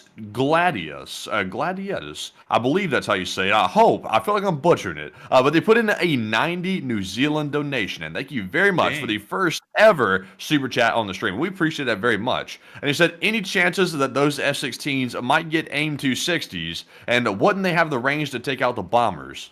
1 second. Let me check that really quickly, because I believe the AIM 260 is incredibly new. And yes, it is. It is literally brand new. They will never get an AIM 260 because that is brand new military technology. That means that it would be a matter of national security, and it could be a major national security issue if we were to send that equipment to them and it somehow ended up getting into Russian hands. That would be a very bad thing for us. So they will probably never get the AIM 260. The best that they'll get is the AIM 120 and probably earlier versions of the AIM 120. And so with that, I hope that does address that fairly well, because the AIM 260, we have to remember, is brand new, and the United States of America isn't giving Ukraine our best technology, and neither should we. We are giving them older technology from about the 1980s most of the time, which, you know, still our equipment from the 1980s does pretty well against Russian equipment even from 2020, really. But at the same time, we don't want to be giving up things that could possibly start to pose us a major national security risk. The reason why the United States spends $900 billion right now annually on our military is so that way we can put loads and loads, bukus of money, into researching technological abilities that give us a cutting-edge advantage over our adversaries in a possible war. And that is the only way that the United States, at least militarily, is able to stay on top, is through that massive amount of spending and also having all of this proprietary technology that no one else really has access to in the world. If we were to give something like that, say an AIM 260 to Ukraine, and that missile was somehow to miss its bomber and then never detonate, and it ended up crash landing on the ground, and the Russians found that missile, they are going to either pick that apart themselves and figure out how it works, or they're going to send that forward to the Chinese, and then the Chinese are going to pick that apart and figure out how it works for themselves. And if that's the case, then we're going to see that AIM 260s, or at least missiles with capabilities similar to AIM-260s are going to be widespread around the globe, and the massive strategic advantage that we had because of that missile beforehand will no longer exist in the advent of an actual conventional war that we had to get involved in. So we probably will never see that they get an AIM-260 for that reason, because it's a major national security risk if somehow one of them was to fall into enemy hands. And so that, I hope that does address that incredibly well, at least in my opinion. And thank you so much once again for that unbelievable, incredible support and helping this channel to keep on running. S Gladius, and thank you once again for being one of our New Zealand viewers and supporting this channel for the first time ever. And with that, we are on to the next one. All right, and our next one here goes to Terrence Custer, who puts in a $10 donation, and thank you very much, Terrence, for that $10 support. He said, is there any sign that Ruskies are pulling troops off another front to send to Kursk? And if so, is the UAF ready to exploit a weekend front? Yes, we've already seen yesterday that forces that are in Vovchansk, because they have the Vovchansk campaign markings on the vehicles, are being relocated from that area and northwards towards Kursk. So we do know that the Russians are having to strip Ukrainian campaigns or Russian campaigns inside of Ukraine of their manpower and resources, and they're diverting them into Kursk. I don't know if the Ukrainians will be able to take advantage of that specifically within the Vovchansk area. That may not be possible yet at the moment, but within other areas, they may be able to take advantage of that, especially if Ukrainian intelligence is showing that a lot of those areas are becoming depleted from strategic reserves that would be necessary to conduct a effective defense. And so that, I hope that does address that question incredibly well, and thank you so much once again for the support and helping this channel to keep on running. And with that, we are on to the next one.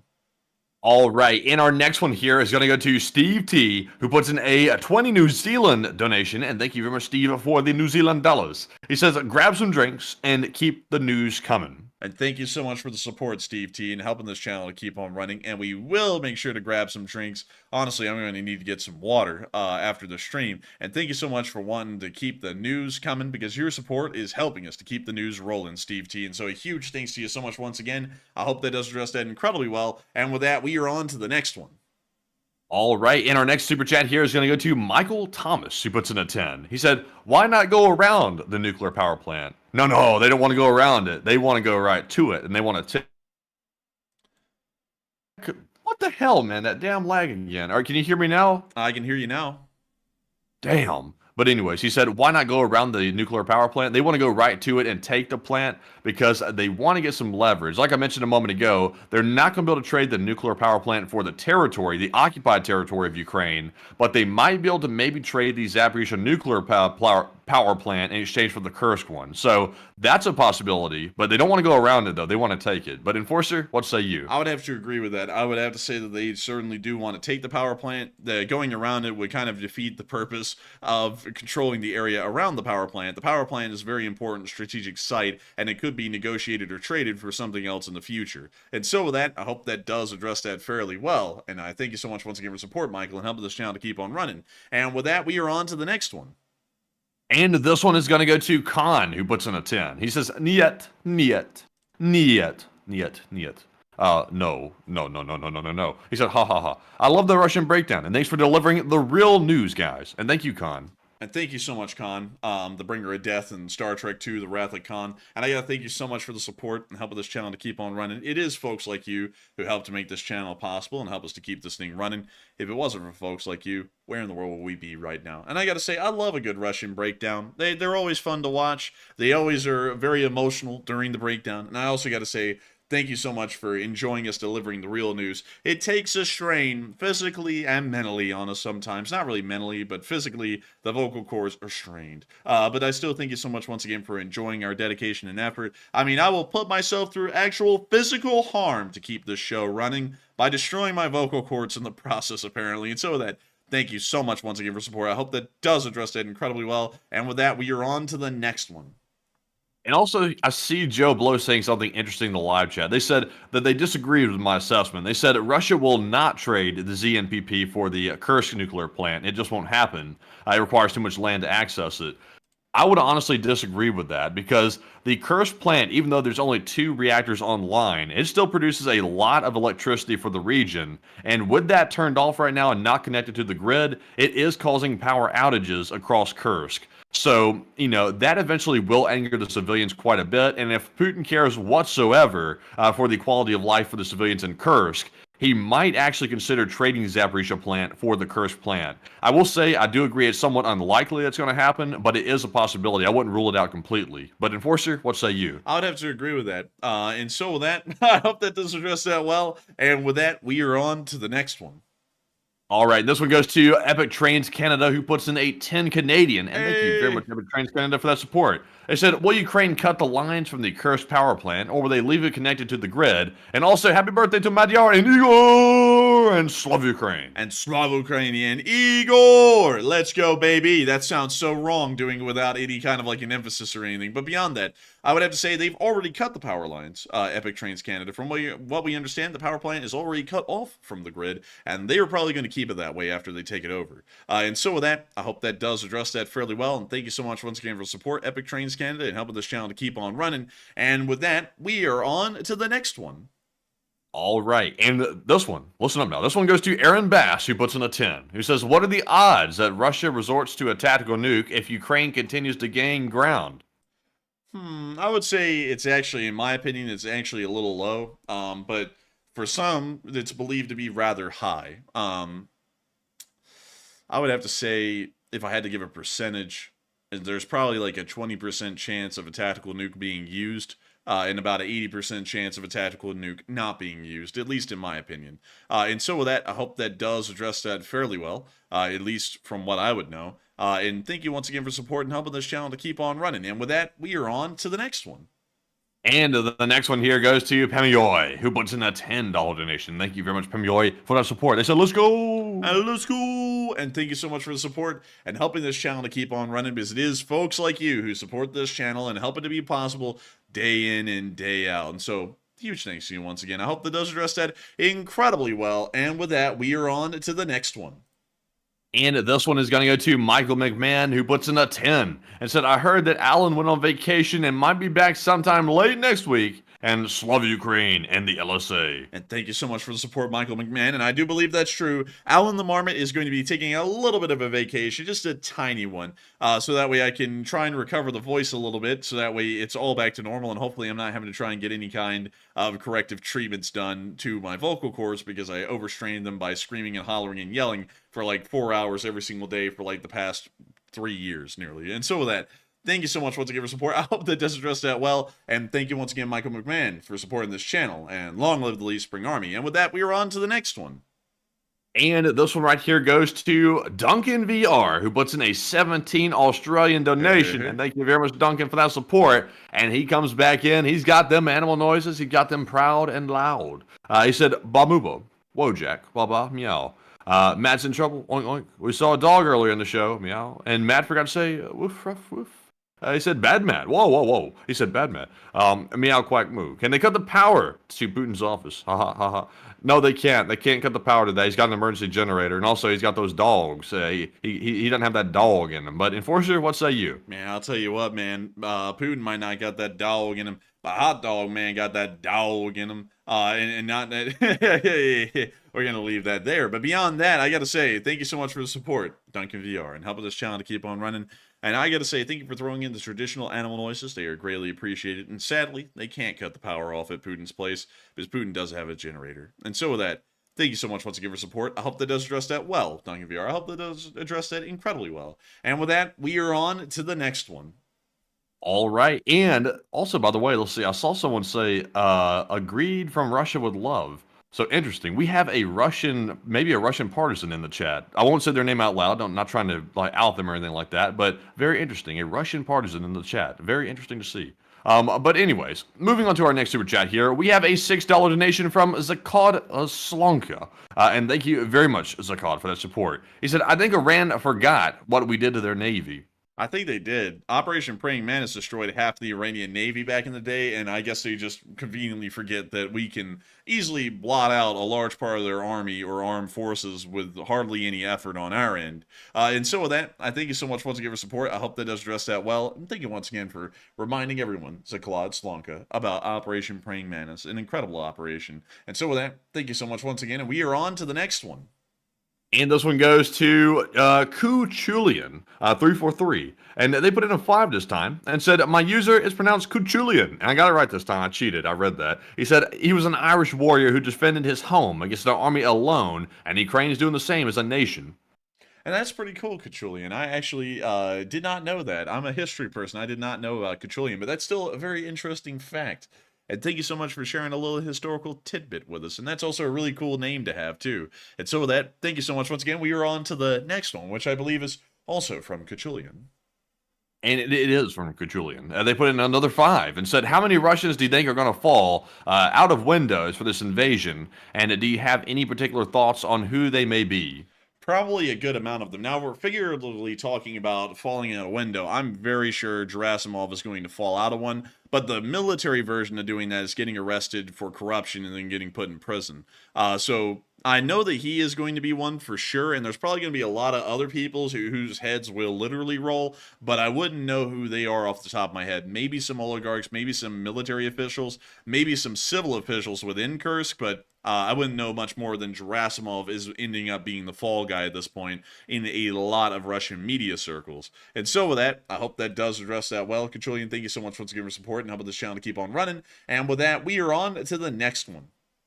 Also, by the way, unconfirmed report coming in here. It looks like there's a picture that was just released. If this is accurate, remember, take it with a grain of salt, it's unconfirmed. But it looks like the Ukrainian forces just took a picture next to a sign that indicates that Kursk, the city of Kursk, is only 10 kilometers away from their current location, which is insane. And they actually might be that close to Kursk. So we'll have to wait for more confirmation to come out on that. But it does look like the Nightingale unit, or the Nightingale brigade, or whatever you want to call it, appears to be right next to that sign. So very interesting. Did you repost that on their Twitter? Yeah, it's reposted at the top. Blitz. Hang on, we gotta look at that. So there's the road sign. What the dog doing? We gotta find that. Like, I need to geolocate that right now. Okay, so they'd be on the E38. Ugh, this looks like shit. Oh my goodness. Yeah. Dude, this is terrible. Okay, so hang on. So there's foliage. So we need to go up to where it doesn't look like crap, which that's going to be rough for Russia. I mean, we're asking for a lot here. Oh my god. It just looks like this all over. That's terrible. This is rough, dude. This is pretty damn bad. But 10 kilometers, they say. 10 kilometers. So, man, I think I see a road sign up here. Let's see if it matches up. Looks like it's almost on a bridge. And it looks like those guys weren't near a bridge, but let's get up here to it. So this says Kursk ahead. So that's not the sign back there. We gotta find that sign. Like, we have to find the sign. Like, I can't let that one not be geolocated. So hang on. So if it says 10 kilometers and they're near some shrubbery,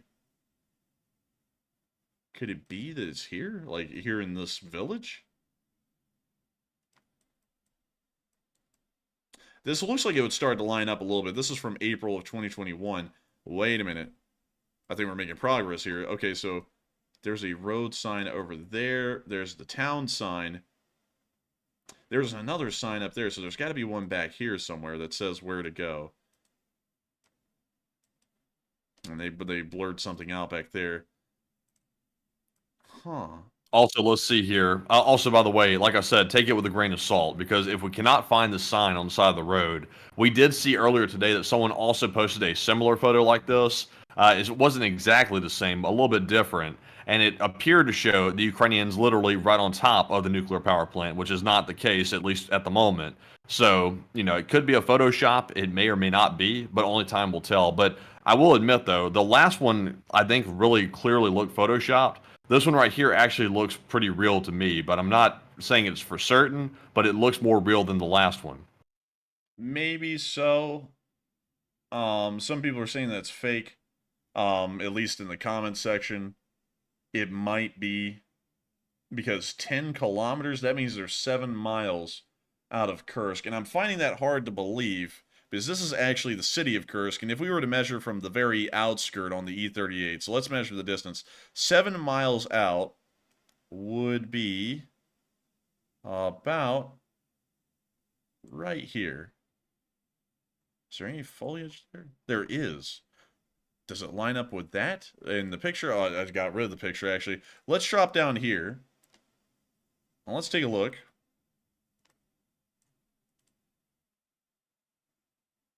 .5. So this actually says 3.5. So it's actually further down the road from here. So 3.5. So if this is 3.5, okay, that means that they're counting this area here as Kursk. So then that sign, let's see, that sign would be like another 5 miles down. So let's measure 5 miles from there, which would land us roughly about here. Any foliage here? Not really. Maybe it's here. Maybe it's here. Let's take a look. Nah, this wouldn't be it. So maybe, let's see, that road sign's elusive, because if for them to be getting that close to Kursk, they would have had to travel up the P200 and then down the E38 to be getting into this area where they could see road signs like this. So I'm finding it hard to believe that that's a real picture yet. Maybe we'll find that out soon. But also, the other thing that doesn't make sense is that if they're getting that close to Kursk, well, wait a minute, let me think here. It couldn't be that kind of daylight over there right now, Matthew. It's still like morning right now. Like, it's like the break of dawn. It would look like sunrise over there right now. I'm not gonna lie, I'm starting to lean toward the side this might be a fake photo, like, if I'm being perfectly honest. Yeah, I would unpost that from our Twitter and just kind of like it or something, and then wait to see if we can actually confirm it, and then repost it if it's confirmed, because right now I'm having a really hard time believing that that's a real picture. Let's see, what time is in Kursk? Okay, so it's 8:06 in the morning right now in Kursk. That amount of sunlight looks like it was like about 11 o'clock in the middle of the day. So I'm doubting that that is, 8 o'clock in the morning at that time. Also, on top of that, they don't take pictures like that really that much. Like inside of the occupied area. Usually they take it near an armored car, and it's not really lining up with any other pictures we've seen so far from anyone else. On top of that, I haven't even heard of the Nightingale unit involved at all in the operation. So that would be the first time we've ever heard of them being mentioned. So right now, I would generally have to say I'm not really believing that picture all too much, at least in my opinion. Also, someone said it's 4:20 in Kursk. Let me check. What time in Kursk? Let me make sure. So in the Kursk Oblast in Russia, according to what they're saying, it is 8:07 a.m. in the morning there right now. Which would kind of line up a little bit, I believe. So let's see, what time in Kiev? Let's check that. 8:07. So what time is it in London?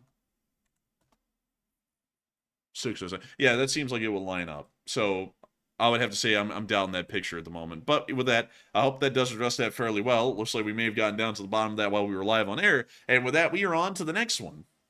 All right, and it looks like the most of the audience also says they're pretty sure it's a fake photo as well. So I actually have to agree with the audience at this point. To me, it looked like it had some hope of maybe being real, but like I said at the very beginning, take it with a grain of salt, and I'm glad we did because I think it is very salty. But moving on here to our next super chat, we're going to move to this one, which goes to Knox Date, who puts in a $10 donation. And thank you very much, Knox, for that support. They said, good evening, LSA brothers and sisters. And the reality of things, if Iran strikes directly If Iran strikes inside directly Israel, how bad would this escalate? And would that start World War III? And also, best news channel ever. And thank you so much for the kind words, Knox Date. I would have to say that if Iran struck into Israel, that would not create a third world war. We've already seen in the past they've done that many times, and it's hardly even created anything close to a regional war. So if they did that again, I'm doubting that it would turn into a world war. It probably, at the worst, would turn into a regional war. But with that, I got to thank you so much once again for the support and helping this channel to keep on running. And thank you so much once again for the support and really enjoying this channel and wanting to see it keep on running. And so with that,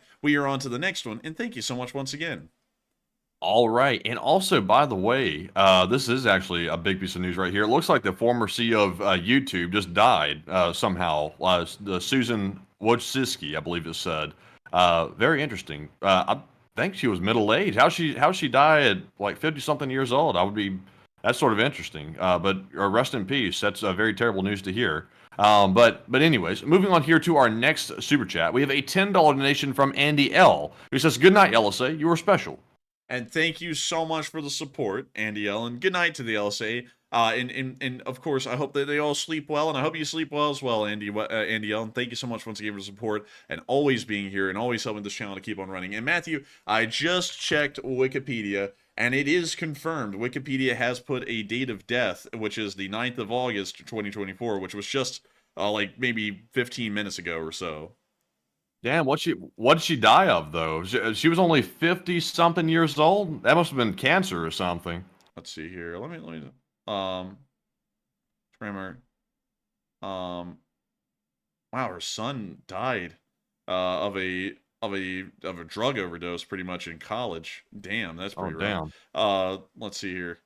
I'm trying to see where we can find her cause of death because it doesn't seem as though there's anything mentioned about that specifically yet. Early life and education. Yeah, that's not it either. Oh, she died after a 2-year battle with cancer. So she died of cancer. Damn. That's unfortunate. Well, that makes sense at least. I was thinking that's a sort of a relatively young age to go out, but damn, cancer. That's terrible. Yeah, that's a terrible thing to hear. 56 years old. I mean, that's not that old at all these days for how long folks live. I mean, folks live well on into their 80s easily these days. I mean, that's unfortunate. But still, with that, I hope that kind of breaks the news of that. That's really interesting and quite bizarre. And also, if y'all haven't heard, not getting into politics here, it does sound as though former president of the United States, Jimmy Carter, which many people may know of, it sounds as though he's in very bad health and may be passing away soon. So we may see that there is the death of another former president here very soon, and we may see that there's a state funeral held for him. If that's the case, I think we might actually talk about that a small amount on the channel, and not talk about his legacy or anything, but talk about the death of a president, because he was a president of the United States, whether people liked him or not. But, it's very unfortunate to hear about people who have their name in the history books, to say the least, whether people like them or not. To hear of their passing, it's always a little interesting to hear and somewhat unfortunate. But with that, I hope that does address that fairly well. And with that, we are on to the next one. All right, and this one goes to Russia-C, who puts in a $5 donation, and thank you very much for that support as well. It said, hi from Malaysia, and I have a theory on Kursk. Maybe Ukraine will swing east and then south into northern Luhansk Oblast, and then attack Russia's rear since it's unprotected. That's something that a lot of people have been saying, and to be honest, I'd find that to be a very interesting idea, probably a very plausible one, because right now they can advance down towards Belgrade and pretty much catch the Russian forces down there completely off guard. They are currently facing into Ukraine towards Kharkiv. They do not have a large amount of forces protecting their rear coming from Kursk. So I would agree that I think, in my opinion, that that may be something that the Ukrainians try and do on in the future, is swing around and catch the Russians off guard. And so with that, thank you so much once again for support. Very interesting idea. It's actually a fairly common one out there right now, and it's common because it's a fairly plausible one. And so with that, thank you so much once again. I hope that does address that fairly well. And with that, we are on to the next one. And this one right here is going to go to Jade Fox 32, puts in a 5, and says, if the AFU is roughly 7 miles from the plant, then they're also roughly 7 hours from Moscow. As far as a car drives at like 60 miles an hour, yes, they would be 7 miles from Moscow. But as far as an army moves, they would be days, weeks away from reaching Moscow, because an army moves at its fastest about 15 miles a day. And so to get any faster than that, you would pretty much just be exposing yourself to possible like encirclements, counterattacks, ambushes, all kinds of stuff like that. But technically by car, yes, they would be only 7 hours away from Moscow, which is pretty wild to think about. But still, with that, thank you so much once again for support. I hope that does address that fairly well. And with that, we are on to the next one. All right, and this one goes to JamFan WP Dad, who puts in a 5 and said, Enforcer Matt, Ukraine's going to, Enforcer Matt, Ukraine's going after those reactors before they go online because it'll cost Russia billions of dollars, billions and billions. He said, what do you think? Let's see. I would honestly say, I don't think Ukraine's necessarily going after the constructed reactors, the ones that are being currently under construction. I think they're simply going after the plant to secure the main 2 that are still running right now, because that would cut off a lot of electricity to the Kursk Oblast, or region, whatever they call it in Russia. And I don't really think they're going after the new ones, but that's a plus if they get it, but they're trying to shut off the power is my assumption. But Enforcer, what say you? And I would have to say that in my opinion, I don't think they're going to be trying to destroy them per se. They'll probably capture them and occupy them, but destroying them wouldn't really benefit them, and it wouldn't really benefit their economic war against the Russians, because they destroy the nuclear reactors and they remain in Ukrainian occupation for a year or two. It doesn't even affect the Russians, because the Russians aren't even in control of those reactors. It's the Ukrainians that are. So I would say probably not, but maybe so. Also, I'm seeing a lot of people doubting my statements on how fast the military can move, saying, well, you know, you're going off of the speed of soldiers walking. No. I'm going off the speed of actual armies, because yeah, a tank can go 35 miles per hour, but you'd be pretty silly as a commander to just tell your tanks, okay, barrel down the road at 35 miles an hour. Because one, if you're going 35 miles an hour the whole time, you're not operating slowly enough to make sure that you're actually clearing areas you're moving through. So you literally just rapidly advance to the point you're running over the units, you run through them, and then they're behind you, and now they're cutting you off from your supply lines. Like, you have to move at a speed that is fast, but not too fast, to where you outrun your supply line, where you outrun an actual clear zone of control, where you outrun the reserve forces that are going to be moving in behind you and taking over these areas and holding them down. Those kinds of things really slow down an armed force. So you can't move at 35 miles an hour or 50 miles an hour. And on top of that, if you do, then all of the armor is way ahead of everyone, and the infantry that's dismounted and moving forward and making sure to clear these areas, they don't have armor support, and the armor doesn't have infantry support, and then you're just all screwed up. And so, yes, while vehicles can move faster than a walking person, a army can only move at about its fastest about 15 miles a day. I also saw someone else say that Alexander the Great was able to get 20 miles out of his army every day. That's true. In the Civil War, it was actually fairly common for armies to march about 25 miles a day. And sometimes, when necessary, they could even knock out about 35 miles a day. But those were on those were almost on like forced route marches, nearly, that they were getting those kinds of speeds. But the reality is that wars back then, especially during classical eras, was much different than now. Because now, in the modern day, battles aren't fought where you have one big army march to a battlefield to meet another big army at almost like a pre-picked destination, and then battle it out there, and there's nothing in between. If an army like Napoleon's was advancing in the modern day, they couldn't do 25 miles or 20 miles like they used to do back in the day, because back in the day they knew that there was nothing in between them and that enemy army. The enemy army was the target, and all of the enemy forces were in that army. In the modern day, right now, that's not ever the case, because you could advance. You could say, okay, there's like a few border guard detachments in between us and Kursk. Let's go. And you go 35 miles an hour straight down the highway and right into Kursk. Well, guess what? You just left a border guard element at Lyubomovka, and they're going to march out onto that highway, because, you know, the actual fighting forces have moved well beyond them at this point, and they're just sitting back there. And while they may be cut off from their supply lines, you know what they're going to be doing? They're going to be sitting there on that R200 highway waiting for those supply trucks to start passing by, and they are going to start obliterating those supply trucks. And then the main force further up ahead, they're getting bogged down in a battle now, and they're not even getting resupply, because technically they're encircled. They don't have any supplies coming to them, because there's a little border guard force back there that they missed because they moved past them so quickly that they didn't even notice them or force them back or push them away. So at that point, you're dealing with a really bad situation, and that's why a military in the modern day can't move at 25 or 35 miles an hour, or, you know, that many miles a day. You just can't do that. It's about 15 miles a day, 20 miles a day if you're really, really pushing it, 15 miles a day on a very, very good day, and about 10 to 5 miles a day on slower but still successful offensive days. And so with that, I hope that does kind of give a little bit of a good window about that stuff, because historically, that is the standard, at least in modern warfare. But with that, we are on to the next one. All right. And also, I see some people in the live chat saying that Ukraine entered Kursk. I'm not seeing any evidence of that. I'm looking on Twitter and also my Telegram sources as well. Not seeing any evidence of it. So if you have a source, let me know and I'll check it out. But it looks like that is not happening at the moment. So with that, jumping into our next super chat, we have a $5 donation here from... Did we already cover the one from Robert McCann? I'm forgetting. No, we did not. So we had the 5 from Robert McCann, and thank you very much, Robert, for that support. He said, do you think that Russia would nuke their own territory in the Ukraine-controlled area?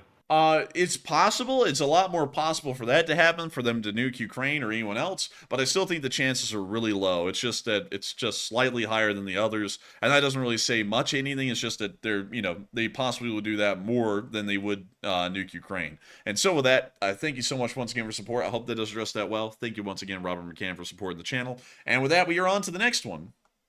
And this one goes to the Great Loner, who puts in a 5 and says, I'm a new watcher, but you and another channel seem to be pretty well balanced on the war coverage. And thank you so much for the support. We try our best. We try our best to actually put out a pretty good picture of what's going on. That's why, because something that we've done a lot, and I'm not doing during this offensive, is that we don't really show Ukrainian losses on this channel. It's not that we're trying to skew the story to make it look like the Ukrainians don't take losses, because, like, even right now, I'm admitting the Ukrainians do take losses on film. It's just that we don't show them. But with the offensive that we're seeing in Kursk, I think it's really important to show losses, so that way we can kind of temper expectations, because in this offensive, unlike the actual war in Ukraine, where not really a lot of frontline changes happen, so really just showing Ukrainian losses demoralizes any Ukrainian soldiers that are watching the show. With this offensive, it's kind of important to show losses because we get an idea of enemy resistance, and we can more accurately show y'all the kind of environment they're actually fighting in up there. But I thank you so much for enjoying the way we cover this. We try our best to make sure it's as well researched and as well thought out as it can be, and I thank you so much once again for support and helping this channel to keep on running. And so with that, thank you so much once again, and we are on to the next one. And this one is going to go to CK Bold, who puts in a 5. And thank you very much, CK, as always, for the regular on taking a live chat question, and we shall. And this one right here is going to go to Howard Turgell in the live chat, who says, what is the immediate impact if the reactors are taken at the Kursk NPP?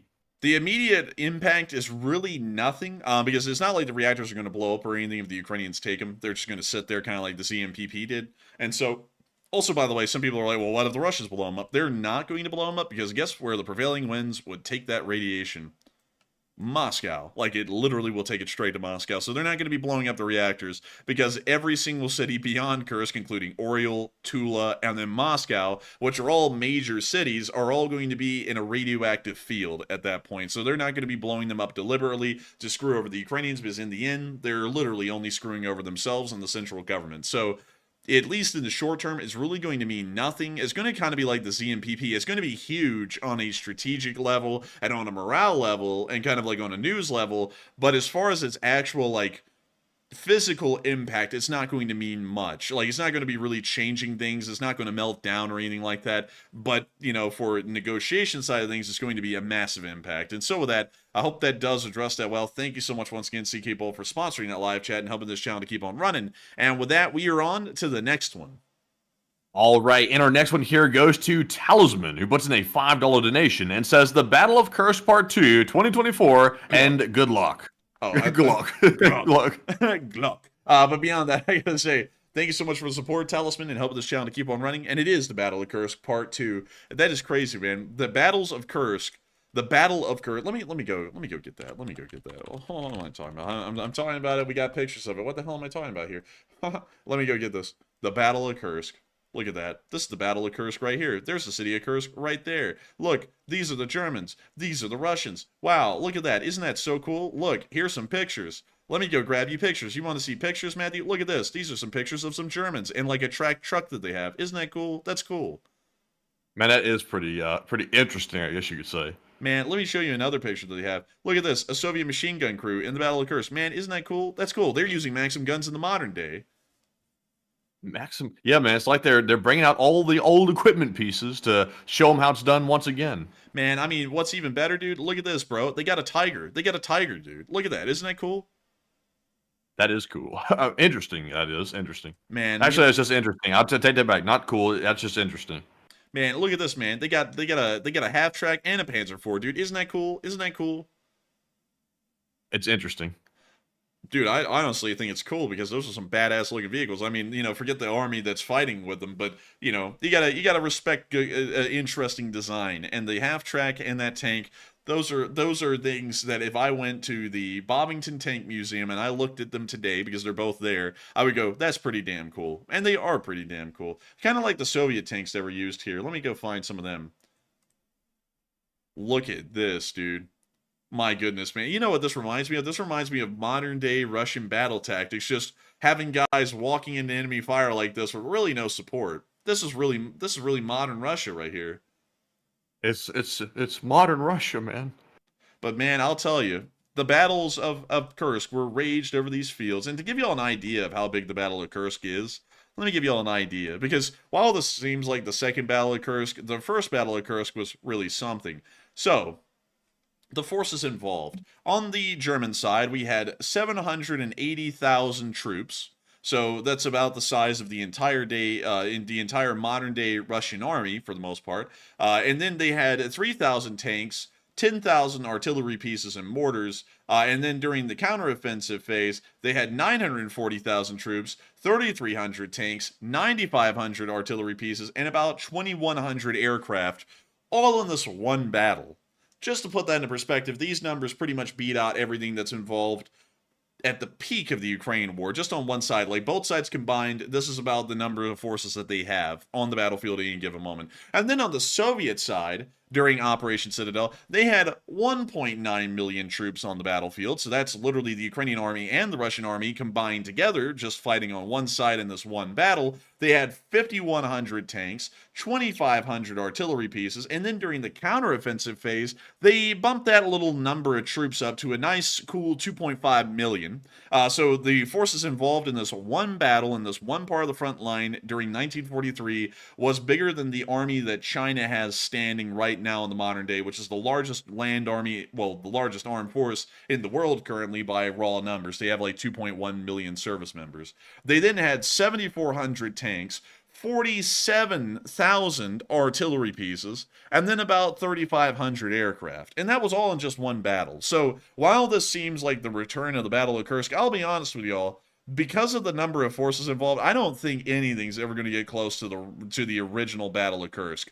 The numbers were insane. I mean, we're talking like unbelievable numbers. You'll never see that on the battlefield again, to be entirely honest with y'all. But still, with that, I hope that does address that fairly well. And thank you so much once again for support and helping this channel to keep on running. And with that, we are on to the next one. And our next super chat goes to, and I hope I'm not going to butcher his name too badly, it's Aerosky I hope. And they put in a $5 donation. Thank you very much for that support. They said, I just wanted to donate to the wonderful cause because I support you and want to say that today is my sister's 65th birthday and my 46th birthday. And also, happy birthday to the both of you. Congratulations. And I got to say, happy birthday to both of y'all. Happy birthday to your sister and her 65th birthday, and happy birthday to you on your 46th birthday. That is an amazing thing that y'all have y'all's birthday on the same day. And also, thank you so much for supporting the channel and helping to keep on running, because folks like you help to make this thing possible. But of course, a huge happy birthday to both of y'all. And with that, we are on to the next one. And we'll see, that is actually Tom Exman's friend right there. So very interesting, Tom. And also, it's cool that you brought your friend with you to the live chat. That is cool. That means you recommended us, and I appreciate that, Tom. And also, big welcome to your friend as well. And moving on here to our next one, we have a $3 super chat from Big Snack 100. And thank you, Big Snack, for that support. He said, I'm waiting on Praying Mantis Part 2, F-22 Boogaloo.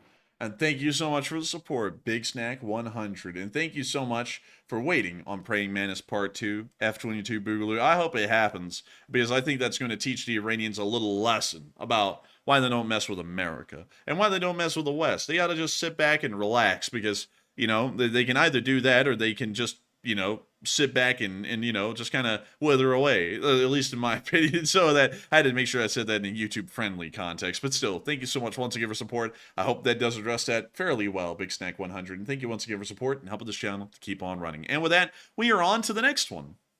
All right, and this one goes to Scott V, who puts in a $2 donation. And thank you very much, Scott, as well. He said, thanks for what you guys do. And thank you, Scott. And thank you so much, Scott, for enjoying what we do. We try really hard, and I thank you so much for enjoying it tonight and helping us to keep this channel running. And so with that, thank you so much once again, and we are on to the next one. And this one goes to Darren Quinn, who puts in a 2, and he says, bring back Geronimo. Geronimo? Let me go get him. Geronimo. Let me go grab him. Oh, let's see, here we go. Hang on, folks. I gotta go grab him. Here we go. Man, he's got that piece on him. He's got that Springfield trapdoor carbine. I appreciate that. This is the real Geronimo, eh? This is the real Geronimo. I thought he had a hatchet. No, he had a gun, man. He was capping fools back in the day, man. Like he wasn't chopping up people, man. Like the Native Americans or the Indians, whatever you want to call them, they were actually pretty advanced. I mean, like they were more advanced than the army technically, and that's something that I always find really interesting is that people say that like non-military personnel should never have weapons better than the army. Like a lot of Native Americans or Indians or whatever you want to call them, they had lever action rifles at the time that the army was using single shot rifles. So in terms of volume of fire that the Native Americans could put down on the U.S. Army at any given moment, usually they were able to outgun them most of the time with the firearms that they had. That's interesting, actually. That's very interesting. Yeah, and that's also why the army ended up crushing them, like pretty much, like to explain it, is because a couple of times, like at the Battle of Little Bighorn, the army got butchered by the Native Americans. Like it was like a slaughter. And also on top of that, whenever the Native Americans really wanted to go up against American settlers moving west, it ended up being a slaughter. So usually the U.S. government viewed it as a major issue, and so then they would send out the army to go and crush them. And that's why it was like an endless effort to try and pretty much wipe out any Native American armed resistance. And also that led to the almost near extinction of the American buffalo or the American bison.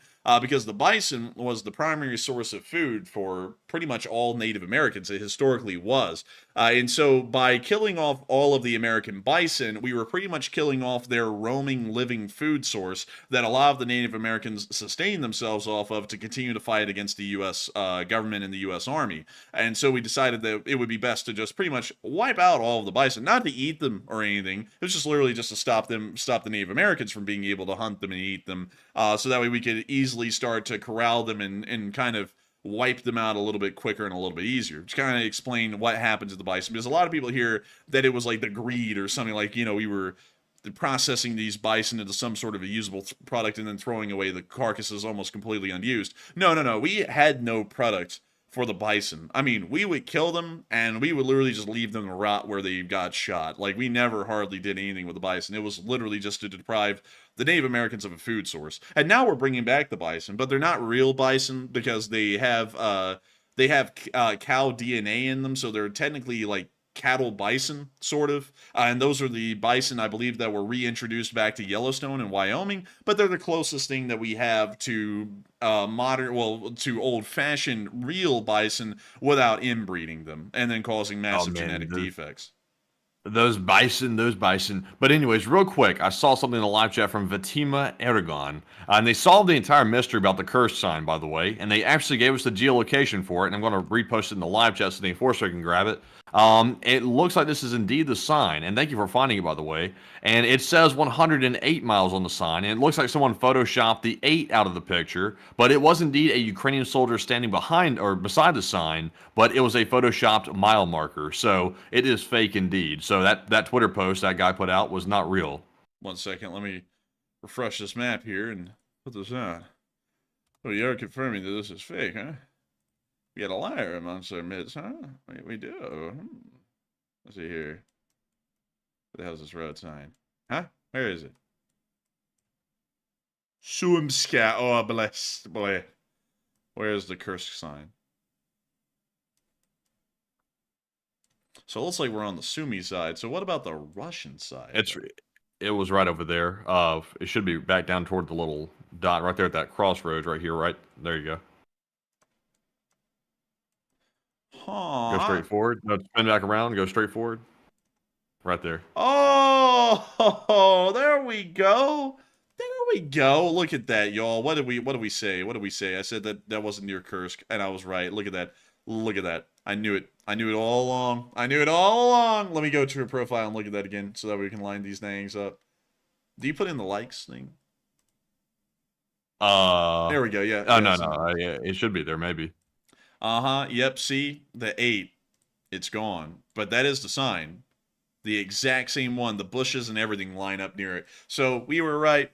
It's not near Kursk. That is raw misinformation. And so with that, I hope that does address that fairly well. Where was that even? That was near Sudsa, funnily enough. It's literally on the border crossing into the invasion area. So interesting that they'd use that specific sign, but they are not 10 kilometers from Kursk. That was 108 kilometers away. So with that, I hope that does address that incredibly well. And very, very, very interesting debunking that we've had and a sleuthing there. Huge shout out to you. And so with that, we are on to the last super chat of the night, and then we're going to be moving on into the live chat questions. All right, and also, by the way, I left the guy a comment to let him know, very politely, by the way. I'm not trying to start a fight, but there's no telling these days. But I left him a very kind comment. Say what? I know how that's going to go, Matthew. You don't even have to say it's kind and everything because I know how it's going to go. They're probably going to respond, "Oh, you're that stupid bastard. Screw you," or something like that. And we're going to be like, "Why in the world? What's up with the beef?" It's like, what is up? I'd hope not. I hope it goes good. It's just a friendly, if he's watching or if anyone knows him or something like that, just a friendly note that we discovered that it was Photoshopped. Not trying to start a fight, but, you know, you never know these days how it's going to go. But anyways, moving on to our last super chat of the night. This one goes to Bears WYD Films, who puts in a $2 donation, and thank you very much for that support. And said, breaking news, the AFU are reporting to enter Plikovo. And that is true. They have entered that place, and they're currently there. Well, let's see, Plikovo, where it's around the border, I think. Actually, we've reported that on our map for a bit of a time. Actually, no. Actually, sorry, correction. We have to adjust that then, because they are in Plikovo. I was looking at the Twitter a second ago and saw something about that, so let me adjust that. And we're going to move that up to about right there. And we're going to say that that's a rough estimate on where they are at the moment. And so thank you for saying that. Thank you for correcting our map live on air. And thank you once again for the support and helping this channel to keep on running. Bears YD Films. And so with that, we are now moving on from our super chats and on into our live chats. But due to time constraints tonight, we are only going to be able to answer the Morse code decoders of the stream and also the 3 live chat questions. And then we're going to be rounding out for the night. And so what do we got, Matthew? And tonight we had the Morse code decipherers Cliff Simonson, Mark Hodges, Earl Bernew, Kevin J., Paul Schultz, and David Millsaps. They said, good evening, gents, and good evening to y'all. They said this evening's Morse code message is as follows. Ukraine drives onwards to the power plant and the city beyond. Long live the LSA, and the LSA will never die. And there's the sound of money, and you all got the dent on the nail. That was the Morse code message of the night. I got to congratulate y'all for getting that correct on the 898th day of the war. We're only 2 days away from it being day 900. So it is going to fall on Sunday that it'll be day 900 of the war. That's pretty cool. But still, I got to congratulate y'all for getting that correct again because y'all got that dead on the nail. And so with that, we are on to the third to last question of the night. All right, and this one right here is going to go to Heather Fitzgibbon, who says, what does the USA do with the decommissioned tanks, etc., that they don't send to Ukraine? Usually we end up sending them to the scrappers, or we just hold on to them in some sort of an army supply yard until we can figure out what to do with them. But usually that ends up sending them off to the scrappers, pretty much, and having them cut them up with some blowtorches and then sell off the raw materials for goo money. And so with that, I thank you so much once again for asking a really good question. I hope that answers that fairly well. And I hope that kind of makes it clear for everyone. There isn't any monetary value to be had out of military equipment. Like, it's kind of made with the intent it's going to end up losing money. Like, you either just give it away to someone almost for free or for hardly what it costs to make it, or you end up scrapping it at hardly the cost of what it took to make it. So really, you know, like, it makes no sense to say, why in the hell are they not giving out money or selling it at top dollar? It's not like the military is like the normal world where you go, I have a Mustang that has been run through like Chris's mom, 30,000, no low ballers, I know what I got. That's not how like the military world works. Like, you just sell it either at nothing or you sell it to a scrapper for nothing, but you don't get the value of the tank out of the tank. You never do. And so with that, I hope that does address that fairly well. And with that, we are on to the second to last question of the night. And this one goes to Uncovered Cube, who says, how long do we think that Ukraine can hold the ground they've taken? And they seem to be steamrolling right now. I think they'll be able to hold it indefinitely, kind of like how the Vovchansk offensive is going for the Russians. They didn't really get a lot of ground, especially compared to what the Ukrainians have done now. Like, look at the comparison in between the size of this and the size of the Russian offensive down at Vovchansk. But as long as they're able to keep enough forces in that area to really stop any Russian defensive, Russian counteroffensive from gaining any steam, they will be able to hold that ground indefinitely at this point. So I would say for now, indefinitely, but of course there's probably a finite time on that, maybe a year or so at this point, but that's going off of what we're seeing today, and that could change based off of what we're going to start seeing tomorrow. And so with that, I hope that does address that incredibly well. And with that, we are on to the final question of the night. And so, who is the lucky last person that threw in the lucky last question of the night?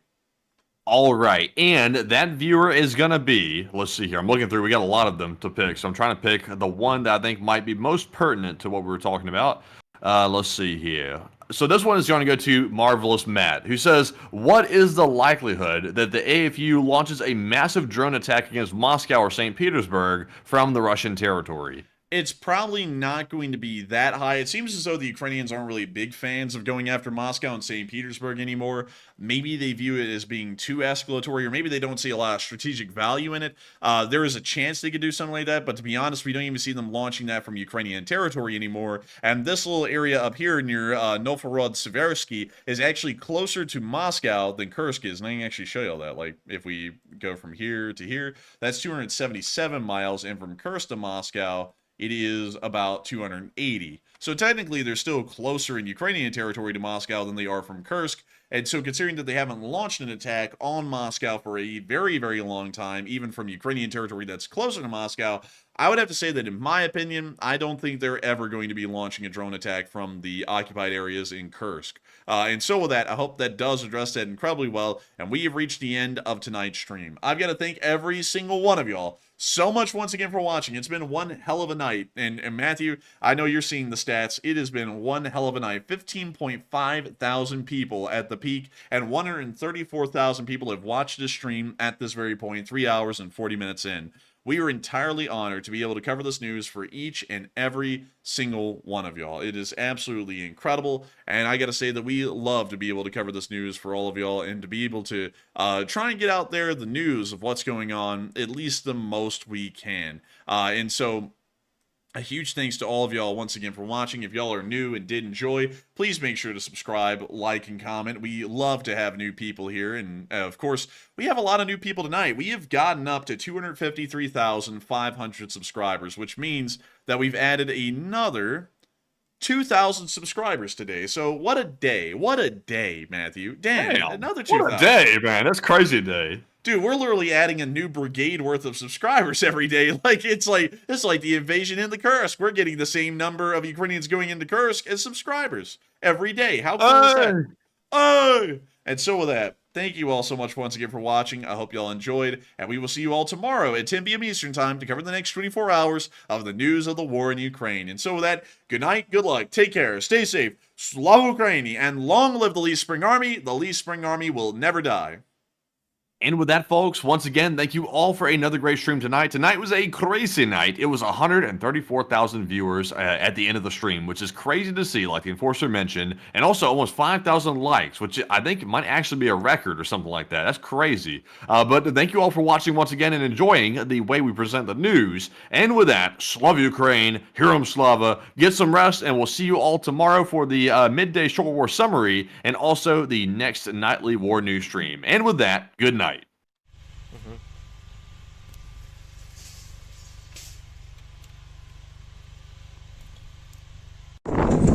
Yes. The Lee Spring Army sends its regards.